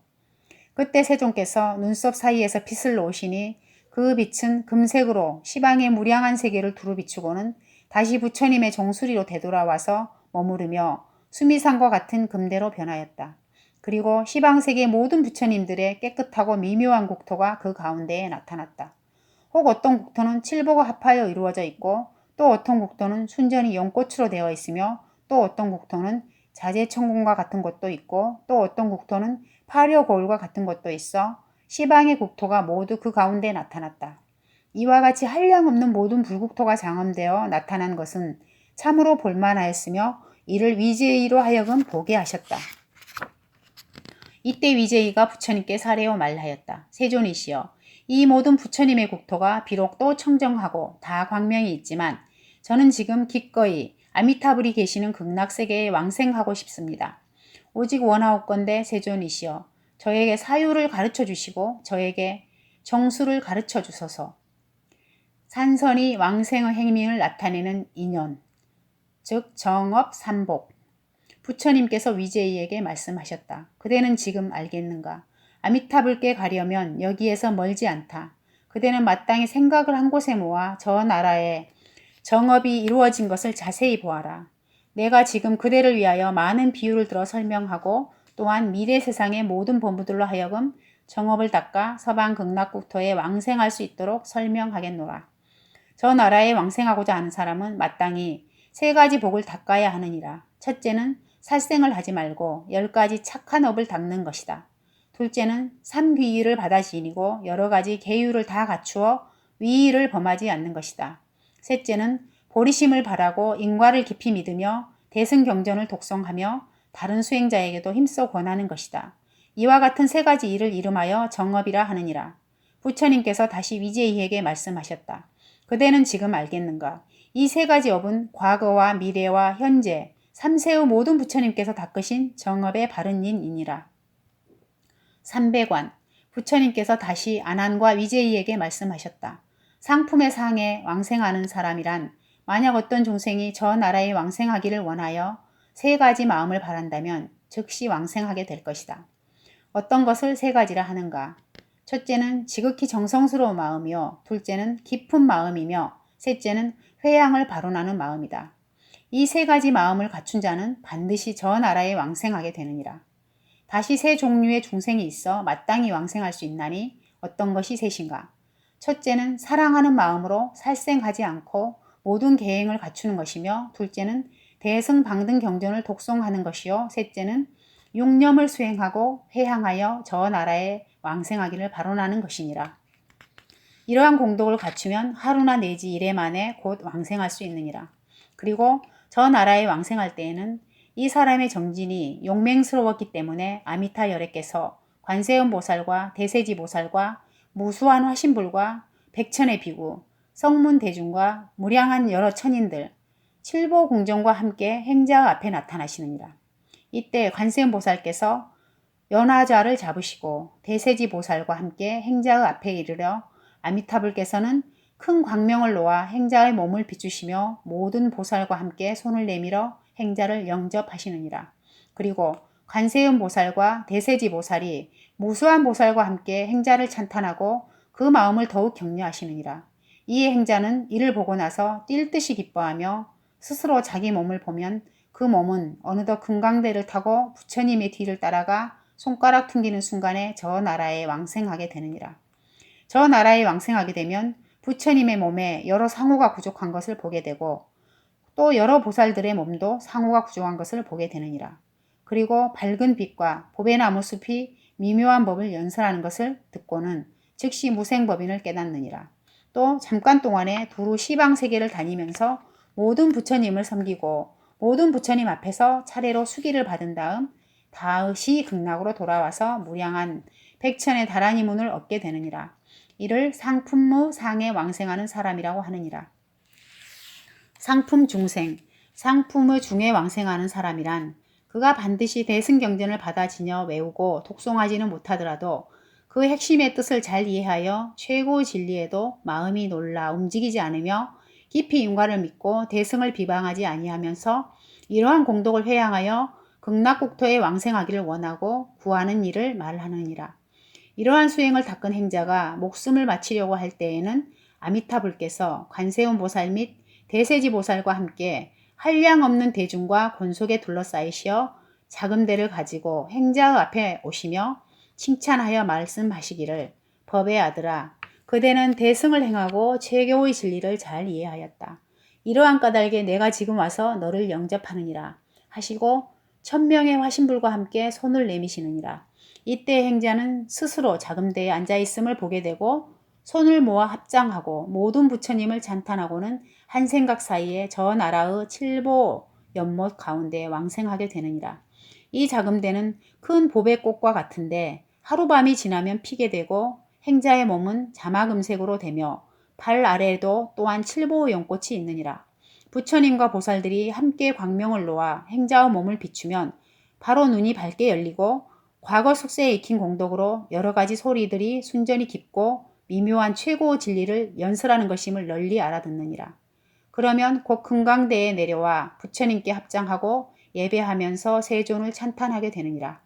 이렇게 7일이 지나면 곧바로 위없는 보리에서 물러남이 없는 불태전을 얻게 되면 바로 날아서 시방세계에 이르러 모든 부처님을 섬기고 모든 부처님 계신 곳에서 모든 산매를 닦아 일소겁이 지나면 무생법인을 얻고 눈앞에서 수기를 받게 되느니라. 이를 상품의 중에 왕생하는 사람이라고 하느니라. 상품하생. 상품의 하에 왕생하는 사람이란 역시 인과를 믿고 대승을 비방하지 않으며 다만 위없는 도의 마음을 내면서 이러한 공덕을 회항하여 극락국토에 왕생하기를 원하고 구하는 일을 말하느니라. 이 행자가 목숨을 마치려고 할 때에는 아미타불께서 관세음 보살 및 대세지 보살과 여러 권속들과 함께 금연화를 가지고 500호 하신불을 놔두시어 이 사람을 맞이하러 오시느니라. 500호 하신불께서는 일시에 손을 내미시며 칭찬하여 말씀하시기를 법의 아들아, 그대는 이제 청정하게 위 없는 도를 얻고자 하는 마음을 일으켰으므로 내가 와서 그대를 맞이하노라 라고 하시느니라. 행자가 이런 일을 보게 되면 곧 스스로 몸이 금연화에 앉아있는 것을 보게 되고 앉고 나면 연꽃이 오므라들어 세존의 뒤를 따라서 곧 칠보 연못 가운데에 왕생하게 되느니라. 그리하여 하루 낮 하루 밤이 지나면 연꽃이 바로 열리어 7일 안에 부처님을 뵙게 되느니라. 중품상생.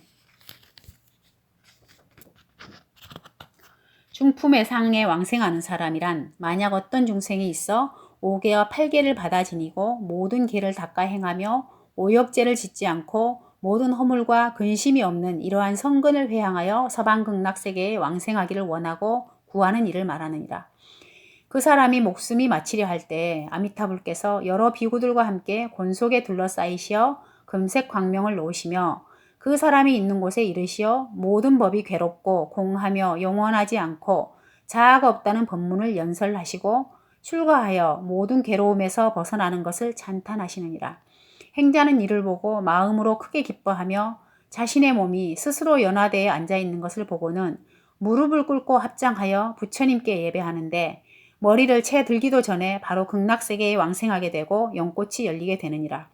연꽃이 피어날 바로 그때 여러 가지 소리들이 모두 사제법을 찬탄하는 소리로 들리느니라. 이 소리를 듣고 바로 아라한도를 얻어 삼명육통과 팔해탈을 다 갖추게 되느니라. 이를 중품의 상에 왕생하는 사람이라고 하느니라. 중품 중생. 중품의 중에 왕생하는 사람이란 만일 어떤 중생이 있어 하루 낮 동안 하루 밤 동안 8제계를 가다 지니거나 혹은 하루 낮 하루 밤이라도 삼위계와 구족계를 지녀서 위에 결함이 없게 하여 이러한 공덕을 회항하여 극락국토에 왕생하기를 원하고 구하는 일을 말하느니라.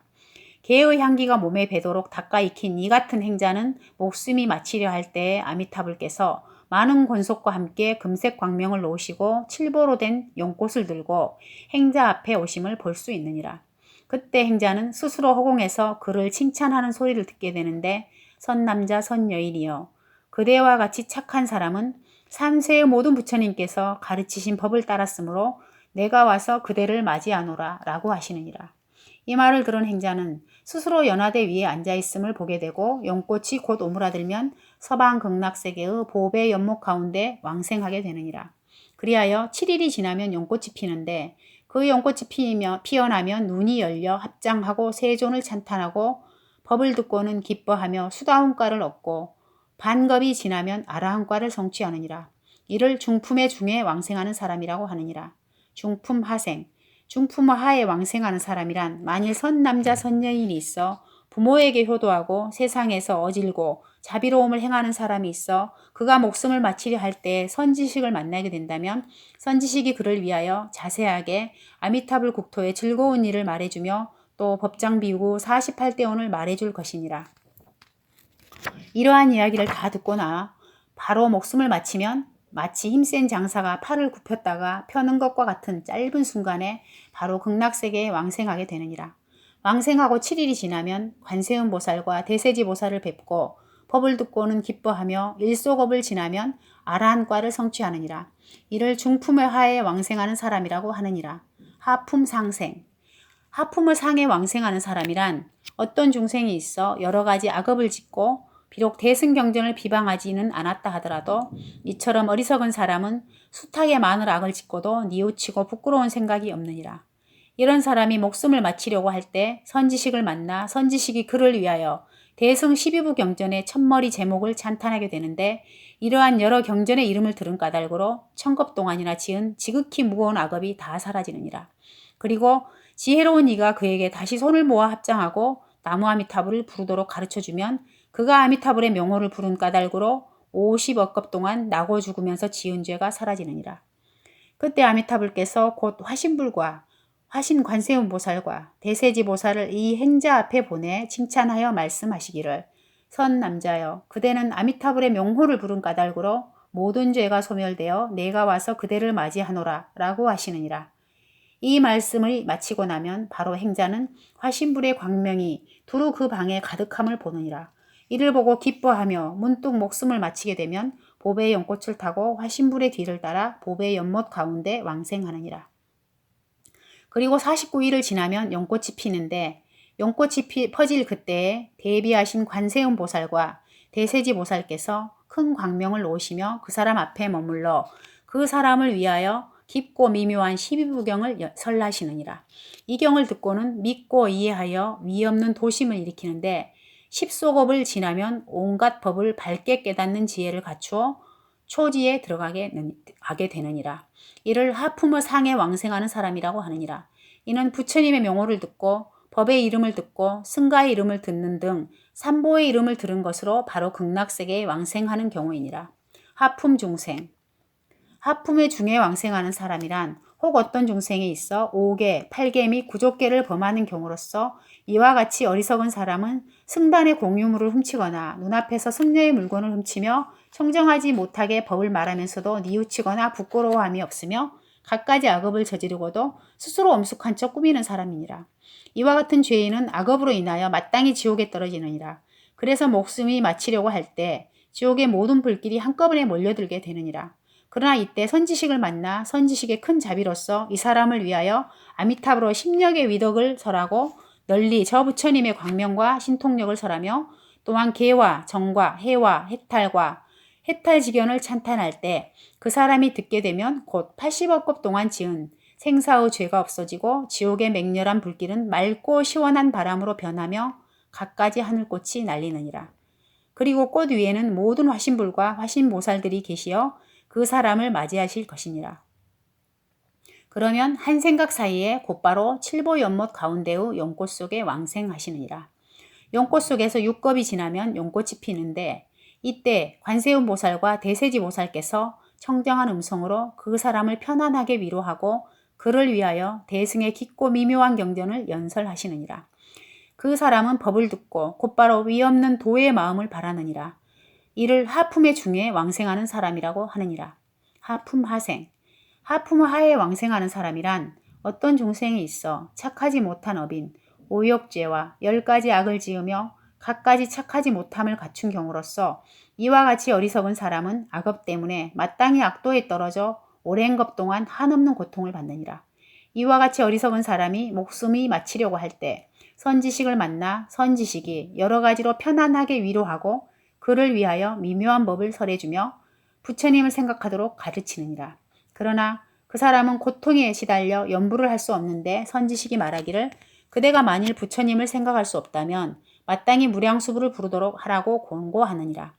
그가 이와 같이 지극한 마음으로 소리가 끊어지지 않게 하여 나무 아미타불을 10번만 온전히 부르면 부처님의 명호를 부른 까닭에 연불하는 동안에 80억급 동안 지은 생사의 죄가 없어지고 목숨이 마친 뒤에는 마치 태양과 같은 황금 연꽃이 그 사람 앞에 머무는 것을 보게 되고 한 생각 사이에 곧 극락세계의 연꽃 가운데 왕생하느니라.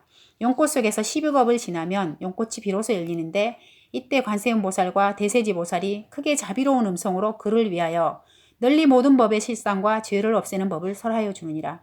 그 사람은 이 법문을 듣고 크게 기뻐하여 곧바로 보리의 마음을 바라느니라.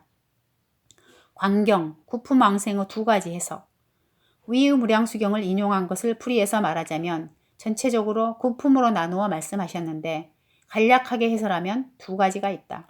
첫 번째 해석은 이 구품은 십신보살이 수행 과정에서 혹은 나아가고 혹은 물러서며 선을 짓기도 하고 악을 짓기도 하여 오르고 내림이 같지 않은 것을 구품으로 나눈 것이다. 처음 3품의 사람은 십신의 주위에서 본래부터 물러나지 않고 곧바로 들어가는 사람으로 그 수행에 얕고 깊음이 있어 상의 3품을 이룬 것이다. 중3품의 사람은 대승의 마음에서 물러나 소승의 뜻을 발하여 대승의 수행에서 물러나 소승의 업을 닦는데 그 수행에 얕고 깊음이 있어 중의 삼품을 이룬 것이다. 하삼품의 사람은 대승의 마음에서 물러나 생사 흐름에 나아가고 대승의 수행에서 물러나 생사의 죄를 짓는데 죄에 무겁고 가벼움이 있어 하의 삼품을 이룬 것이다. 두 번째 해석은 큰 보리심을 발하여 보살의 행을 닦음에 있어 수행의 얕고 깊음이 있기 때문에 상의 삼품을 이룬다. 보리심을 발하여 성문의 행을 닦음에 있어 수행의 얕고 깊음이 있기 때문에 중의 삼품을 이룬다. 대승과 이승의 마음을 바라지 않고 대승과 이승의 행을 닦지 않으면서 오직 생사의 마음으로 치달리며 오직 생사의 죄를 짓는 데 있어 죄의 무겁고 가벼움에 따라 하의 삼품을 이룬다. 이것은 곧 구품을 거칠게 나눈 것이다. 만일 세분하여 각각을 논하면 다음과 같다. 상품의 상에 왕생하는 사람은 세 가지 마음을 발해야 한다. 즉 기실론에서 말하기를 믿음을 성취하여 발심하는 지인은 십신의 마지막 마음에 있다라고 하였다. 극락에 왕생하면 바로 무생법인을 얻는 것을 일러 연관무생인이라 말한다.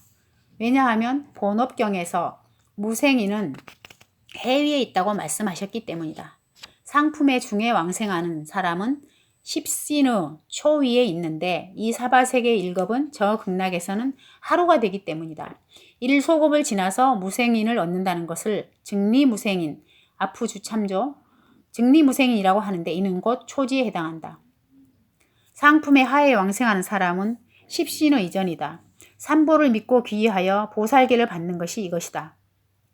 또한 인과를 믿고 대승을 비방하지 않으며 오직 위없는 도의 마음을 일으키는 까닭에 7일 동안에 다만 부처님 색신을 볼 수 있다.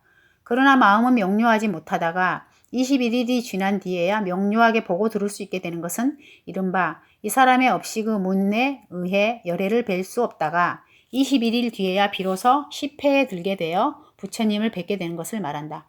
이는 오직 마음으로부터 일어나기 때문에 삼소급을 지나 환희지에 머문다는 것은 이른바 저 극락의 소급은 이 사바세계의 아승직업에 해당하므로 상품의 중은 1소급을 지나고 상품의 하는 3소급이 지나야 함께 초지에 들어가게 된다는 것을 말한다.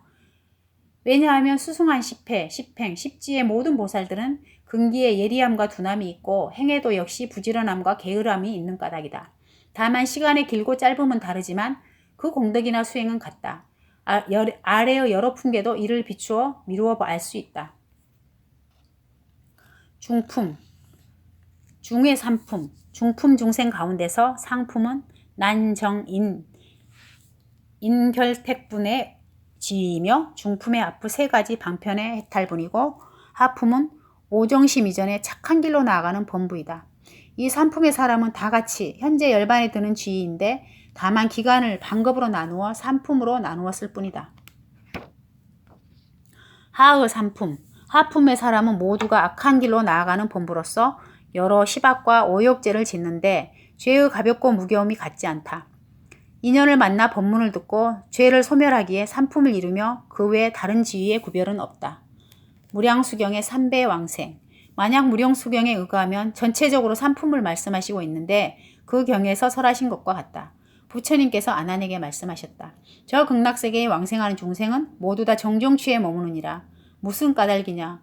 저 부처님 나라에는 모든 사정취와 부정취가 없기 때문이니라.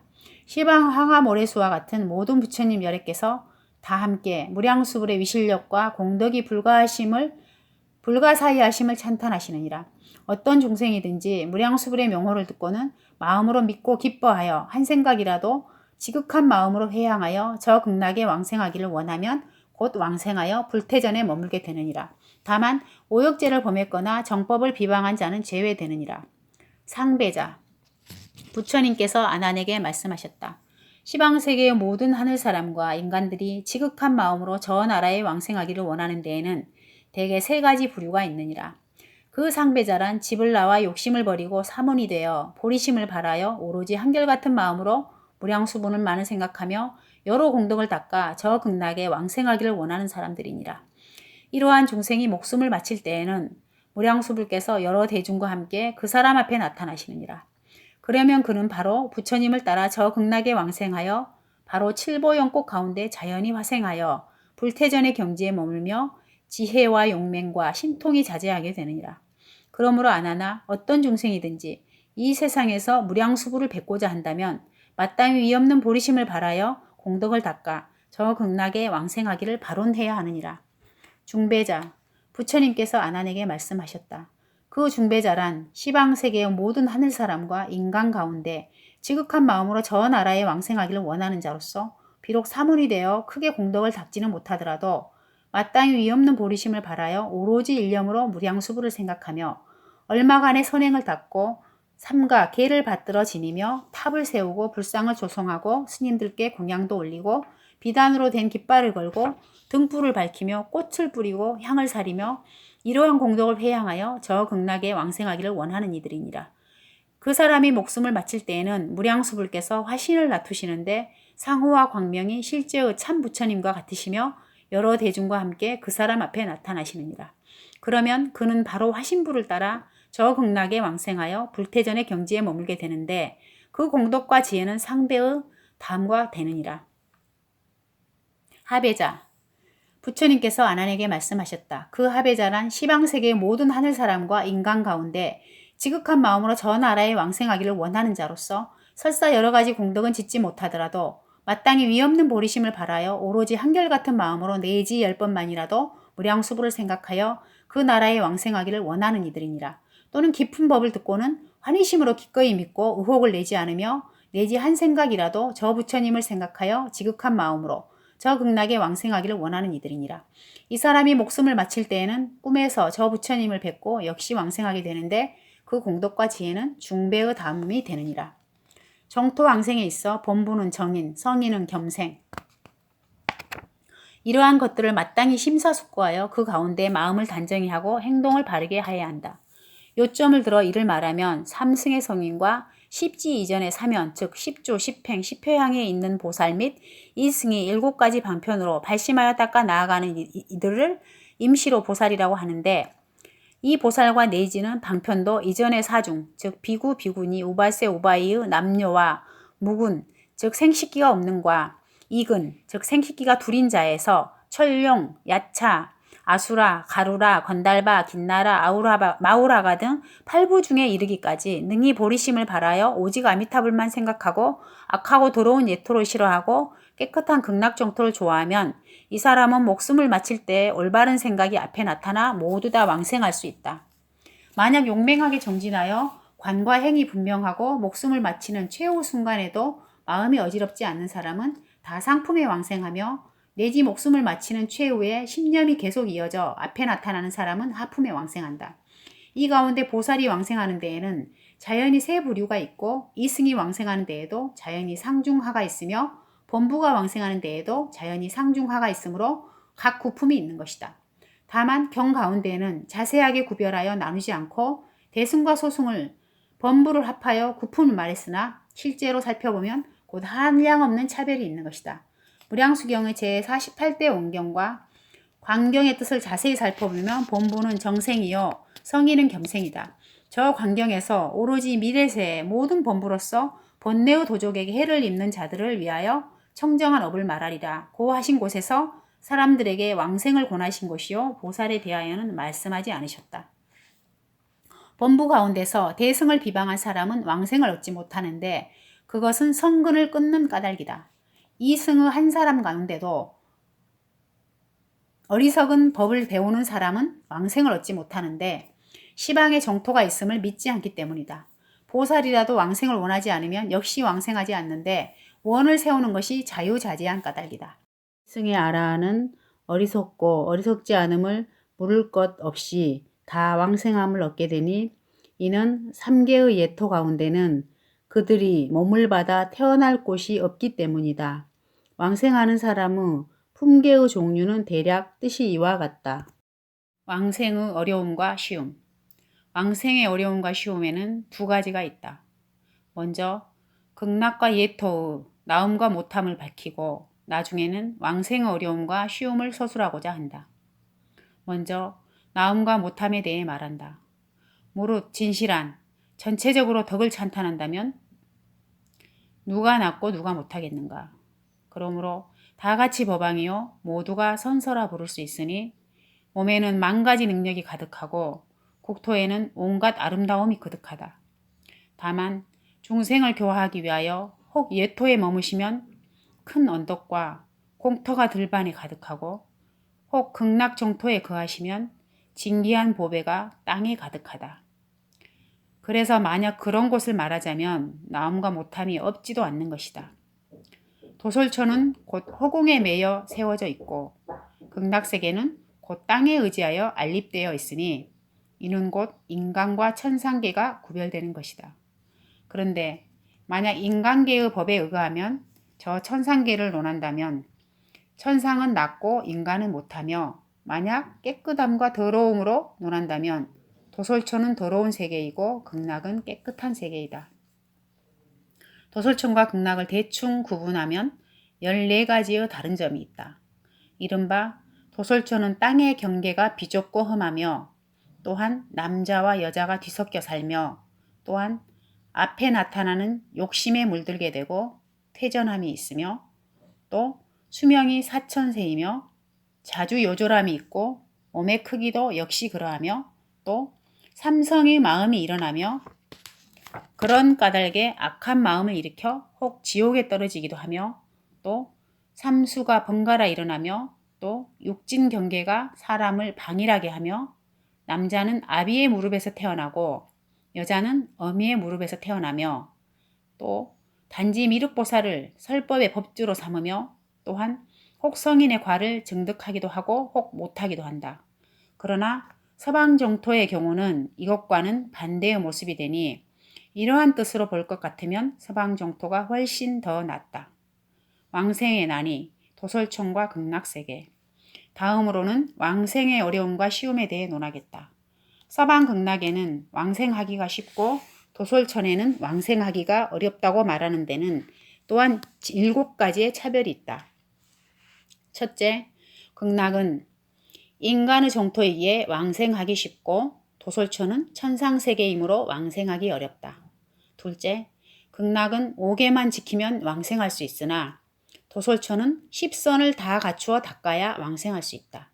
셋째, 극락은 단지 10번만 아미타불을 불러도 왕생할 수 있으나 도솔천은 보시와 지게 등의 육바라밀을 다 닦아야 왕생할 수 있다. 넷째, 서방 극락은 마지막까지 아미타불의 48대원에 의지하여 왕생하게 되지만 도솔천은 오직 자신의 힘에만 의지할 수 있을 뿐이다. 다섯째, 서방 극락은 관음보살 등 여러 보살이 계시어 항상 이 사바세계에 오시어 극락왕생으로 나아가도록 권하시지만 도솔천은 이러한 일이 없다. 여섯째, 서방 극락은 경과논에서 다 같이 찬탄하며 왕생을 권하고 있지만 도솔천은 단지 경에서만 한 번 찬탄할 뿐이다. 일곱째, 예로부터 덕이 높은 분들은 서방 극락을 지향한 경우가 많았으며 도솔천을 지향하는 경우는 적었다. 이러한 뜻이 있는 까닭에 서방 극락세계에는 왕생하기가 쉽고 도솔천에는 올라가기가 어려운 것이다. 혹 어떤 사람은 도솔천에 왕생하기는 쉽고 극락에 왕생하기는 어렵다고 말한다. 그 까닭은 지족천궁이 이 3계 안에 함께 있으며 또한 대승과 소승이 함께 믿고 칭찬한 것이어서 이미 변화된 몸으로 반드시 왕생한다고 아는 것이다.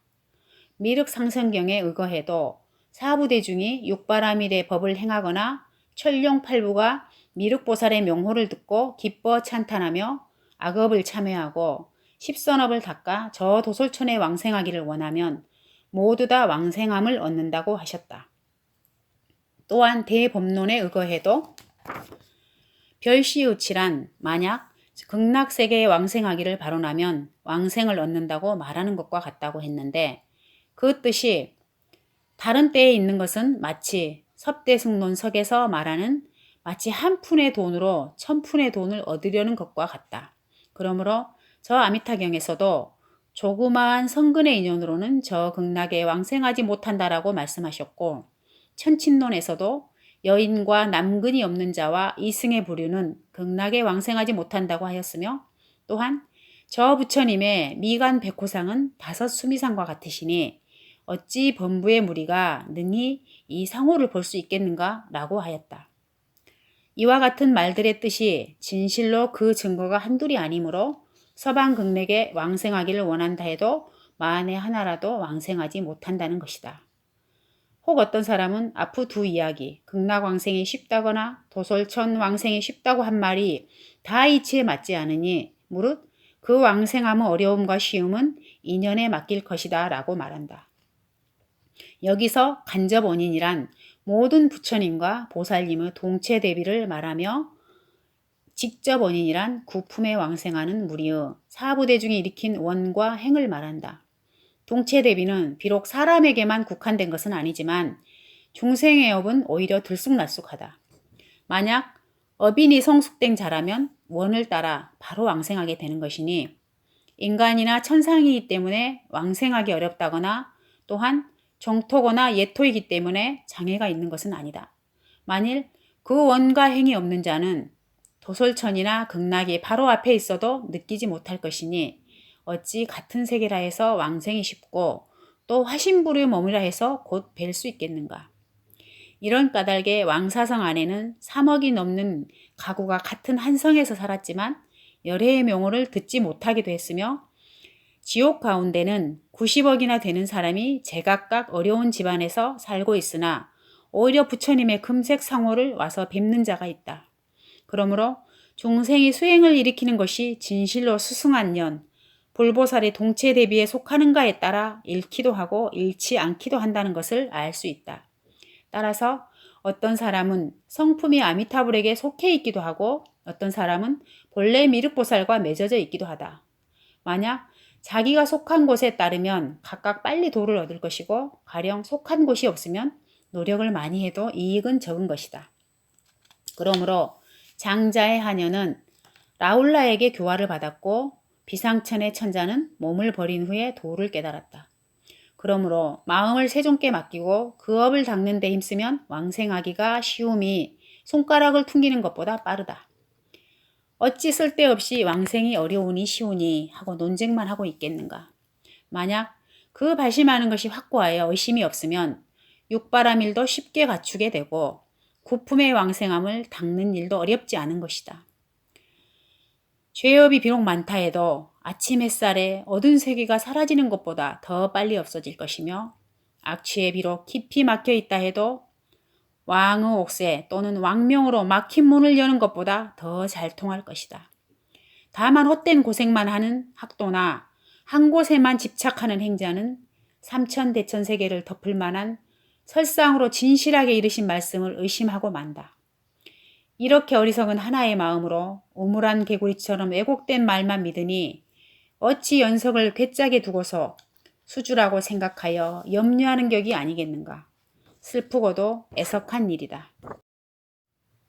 문답을 통해 장애를 풀고 의심을 제거하는 부분이다. 묻는다. 섭대승론에서 별시의를 세워 해석한 것은 어찌 깨뜨리는 것이 아니겠는가. 답한다. 저 섭대승론에서 밝힌 것은 별시도 있고 별시가 아닌 것도 있다. 만약 단지 헛되이 원만 바란다면 곧 별시이지만 만약 행과 원을 아울러 닦으면 별시가 아니다.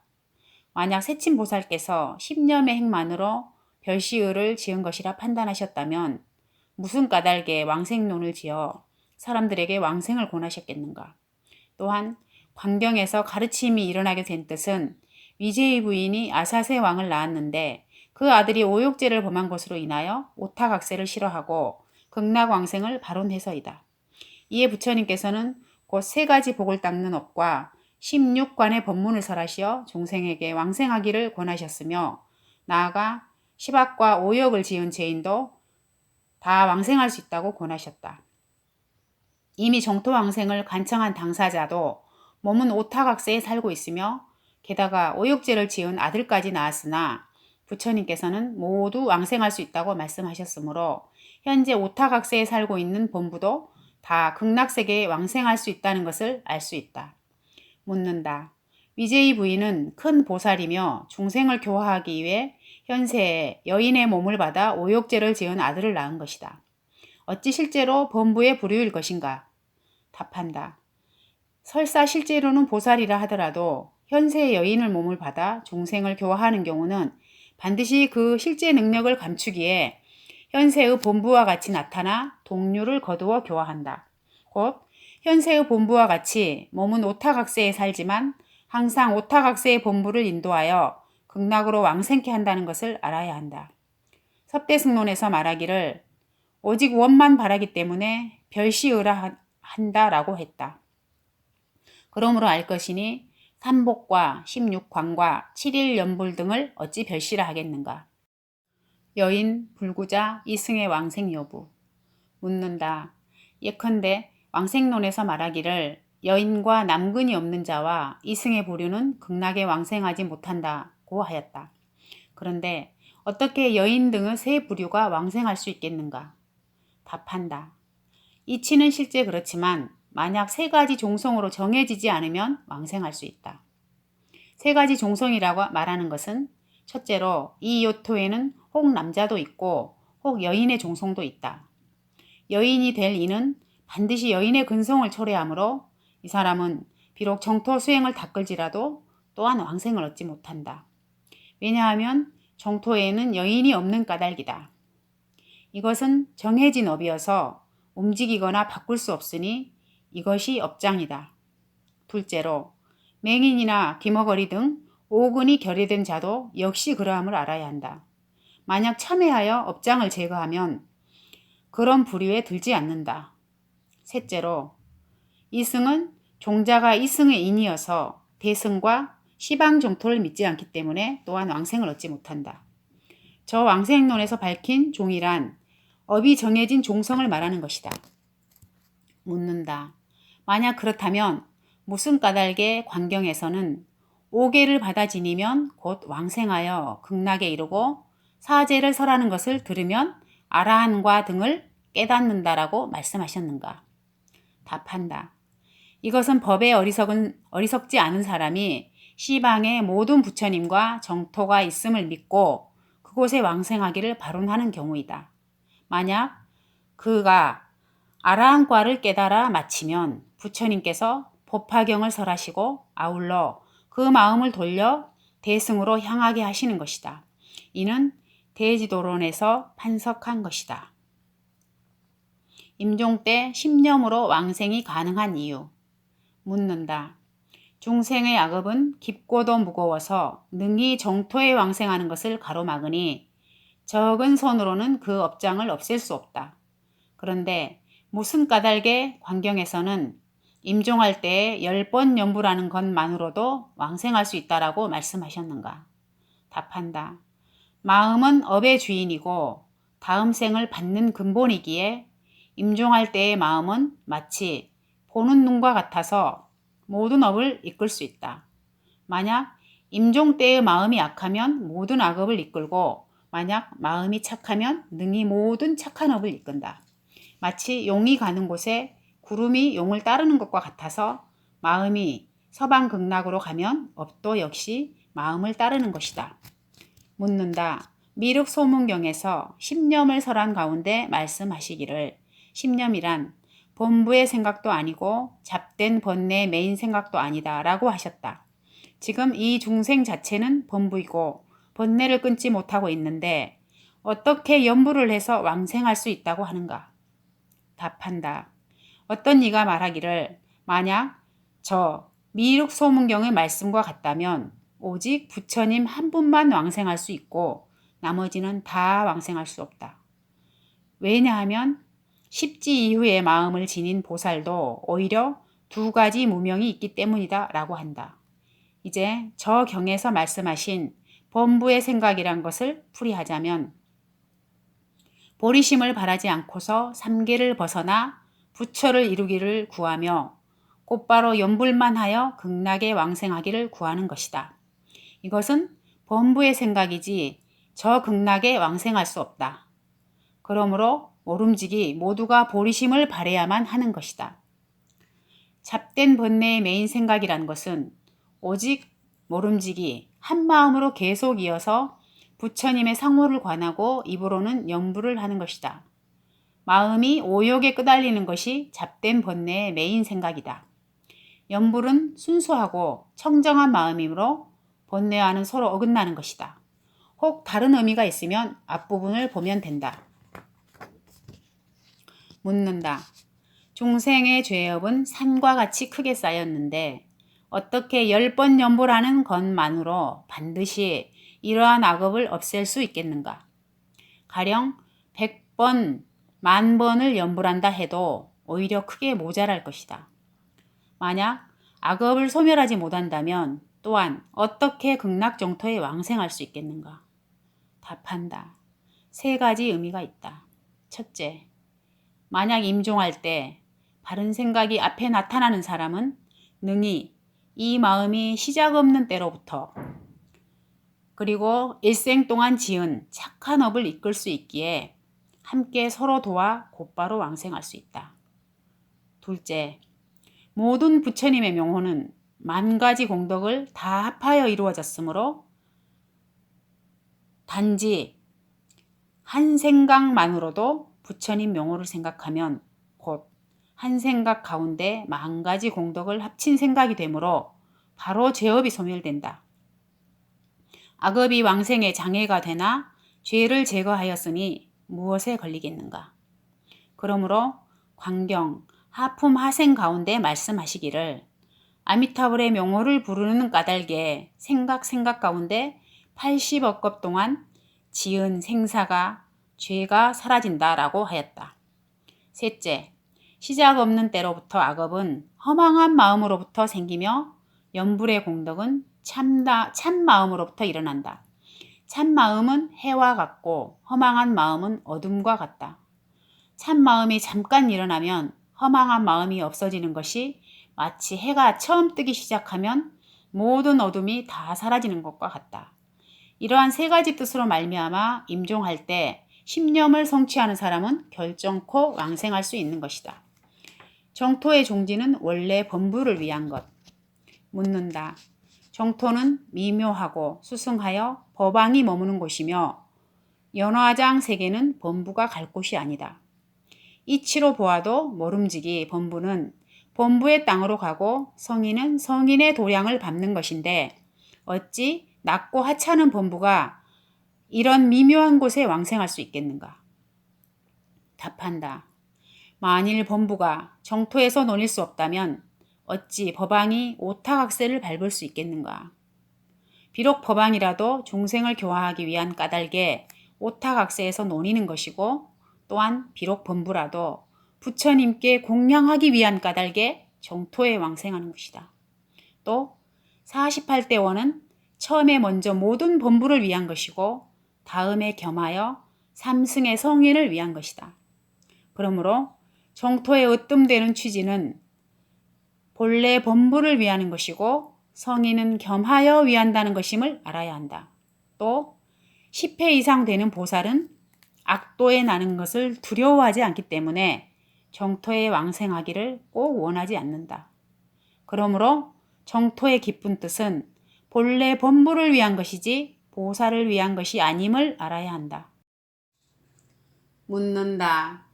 친히 착한 인연을 만나면 구품에 왕생하기를 미리 준비하여 자주 경문의 뜻을 보고 구름을 헤치듯 분발하는 마음을 내야 한다.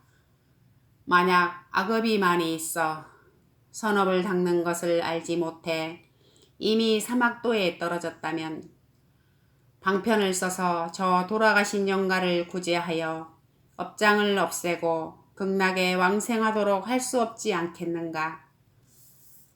답한다. 어리석은 마음으로는 통하기 어려우나 성인의 가르침에는 묘한 방법이 있다. 그러므로 불공견색신변진언경 제28권 관정진언 성취품에서 말씀하시기를 그때에 시방 모든 불국토의 3세 모든 열애와 비로자나 열애께서 일시에 다 두려움 없는 손을 오른쪽에 펴시고 청정연화 명왕의 정수리를 만지면서 동시에 불공대관정 광진언을 설하여 말씀하시기를 옴 아모카 바에로차나 마하무드라 마니파드마 지와라 프로바르타야 훔이라 하셨다. 만약 어떤 중생이 어디서든 대관정 광진언을 얻어 듣기를 2번이나 3번 혹은 7번을 귓가에 스치기만 해도 곧 모든 죄의 장애가 소멸되고 사라진다. 만약 여러 중생이 시박과 오역죄와 사중죄를 모두 다 지어 마치 미세한 티끌이 이 세계에 가득한 것과 같아서 몸이 허물어지고 목숨이 다하여 모든 낙도에 떨어지는 한이 있어도 이 진언을 흙과 모래를 가지고 108번을 외우고 흙과 모래를 시다림의 가운데의 시신이나 유골 위에 뿌리거나 분묘 위나 탑 위에 뿌리도록 하라. 그러면 저 죽은 자가 만약 지옥에 있거나 아기, 아수라, 축생계 중에 있을지라도 모든 불공열애와 불공비로자나 열애의 진실한 본원과 대관정 광진원으로 가지한 흙과 모래의 힘으로 즉시에 바로 광명이 몸에 비치어 모든 죄의 업보를 없애고 괴로운 몸을 버리고 서방 극락국토에 왕생하여 용꽃에서 화생하게 되며 나아가 보리에서 다시는 타락하지 않는다라고 하셨다. 이러한 경전의 문장은 자주 있는 것이다. 애석하도다. 스스로 죄업을 지으니 괴로움의 과보가 그림자 따르듯 하는구나. 슬프다. 홀로 괴로움과 재앙을 당하니 구호해 줄 사람이 없구나. 만일 부처님의 동체 대비로 널리 종생을 제도하시는 비밀스런 묘한 방법이 아니라면 어느 누가 저승의 자물쇠를 열어 연화대로 오르게 할 수 있겠는가. 비록 남이 지은 것을 자기가 받는 이치는 없는 것이지만 인연이 있으면 생각하기 어려운 힘이 일어나는 것이다. 그러므로 진언을 외운 모래를 만났다는 것이 곧 인연이 있는 것임을 알 수 있다. 만일 모래를 뿌려주는 가피를 받지 못한다면 어떻게 벗어날 기약을 논하겠는가. 오직 부처님의 대비는 방향이 없고 수많은 말씀들은 잡되시지 않으니 이를 행하지도 않고 믿지도 않으면 후회해도 돌이킬 수 없을 것이다. 그러므로 믿음으로 받아들이지 않는 사람은 헛되이 부처님의 두터운 은혜에 빚만지는 것이니 이 은혜를 갚을 날이 더욱 멀어진다. 그러나 잘 따르며 그대로 행하는 사람은 부처님께서 그 영혼을 연화대로 영접하실 것이니 효순한 공덕이 바로 세워지게 된다. 다행히 진언을 만나 악도에서 벗어나게 함이 어렵지 않으니 무릇 모든 군자들이여 누가 받들어 행하지 않겠는가. 모래를 분묘 위에 뿌리는 것으로도 또한 극락세계에 갈 수 있다는데 하물며 돌아가신 분이 주문으로 지은 옷을 몸에 입으며 진언을 외우는 소리를 듣는 것이겠는가. 광명진은 옴 아모카바에로차나 마하무드라 마니파드마즈바라 프로바르타야훔 옴 아모카바에로차나 마하무드라 마니파드마즈바라 프로바르타야훔 옴 아모카바에로차나 마하무드라 마니파드마즈바라 프로바르타야훔 옴 아모카바에로차나 마하무드라 마니파드마즈바라 프로바르타야훔 옴 아모카바에로차나 마하무드라 마니파드마즈바라 프로바르타야훔 옴 아모카바에로차나 마하무드라 마니파드마즈바라 프로바르타야훔 옴 아모카바에로차나 마하무드라 마니파드마즈바라 프로바르타야훔. 회향계. 이 법공양을 통해 닭업생 원친 체주께옵소는 해원하시옵고 선망부모 조상님과 일체 인연 영가님들은 위대하신 부처님법을 만나 극락세계에 왕생하시기를 발언합니다. 나무 아미타불, 나무 아미타불, 나무 아미타불.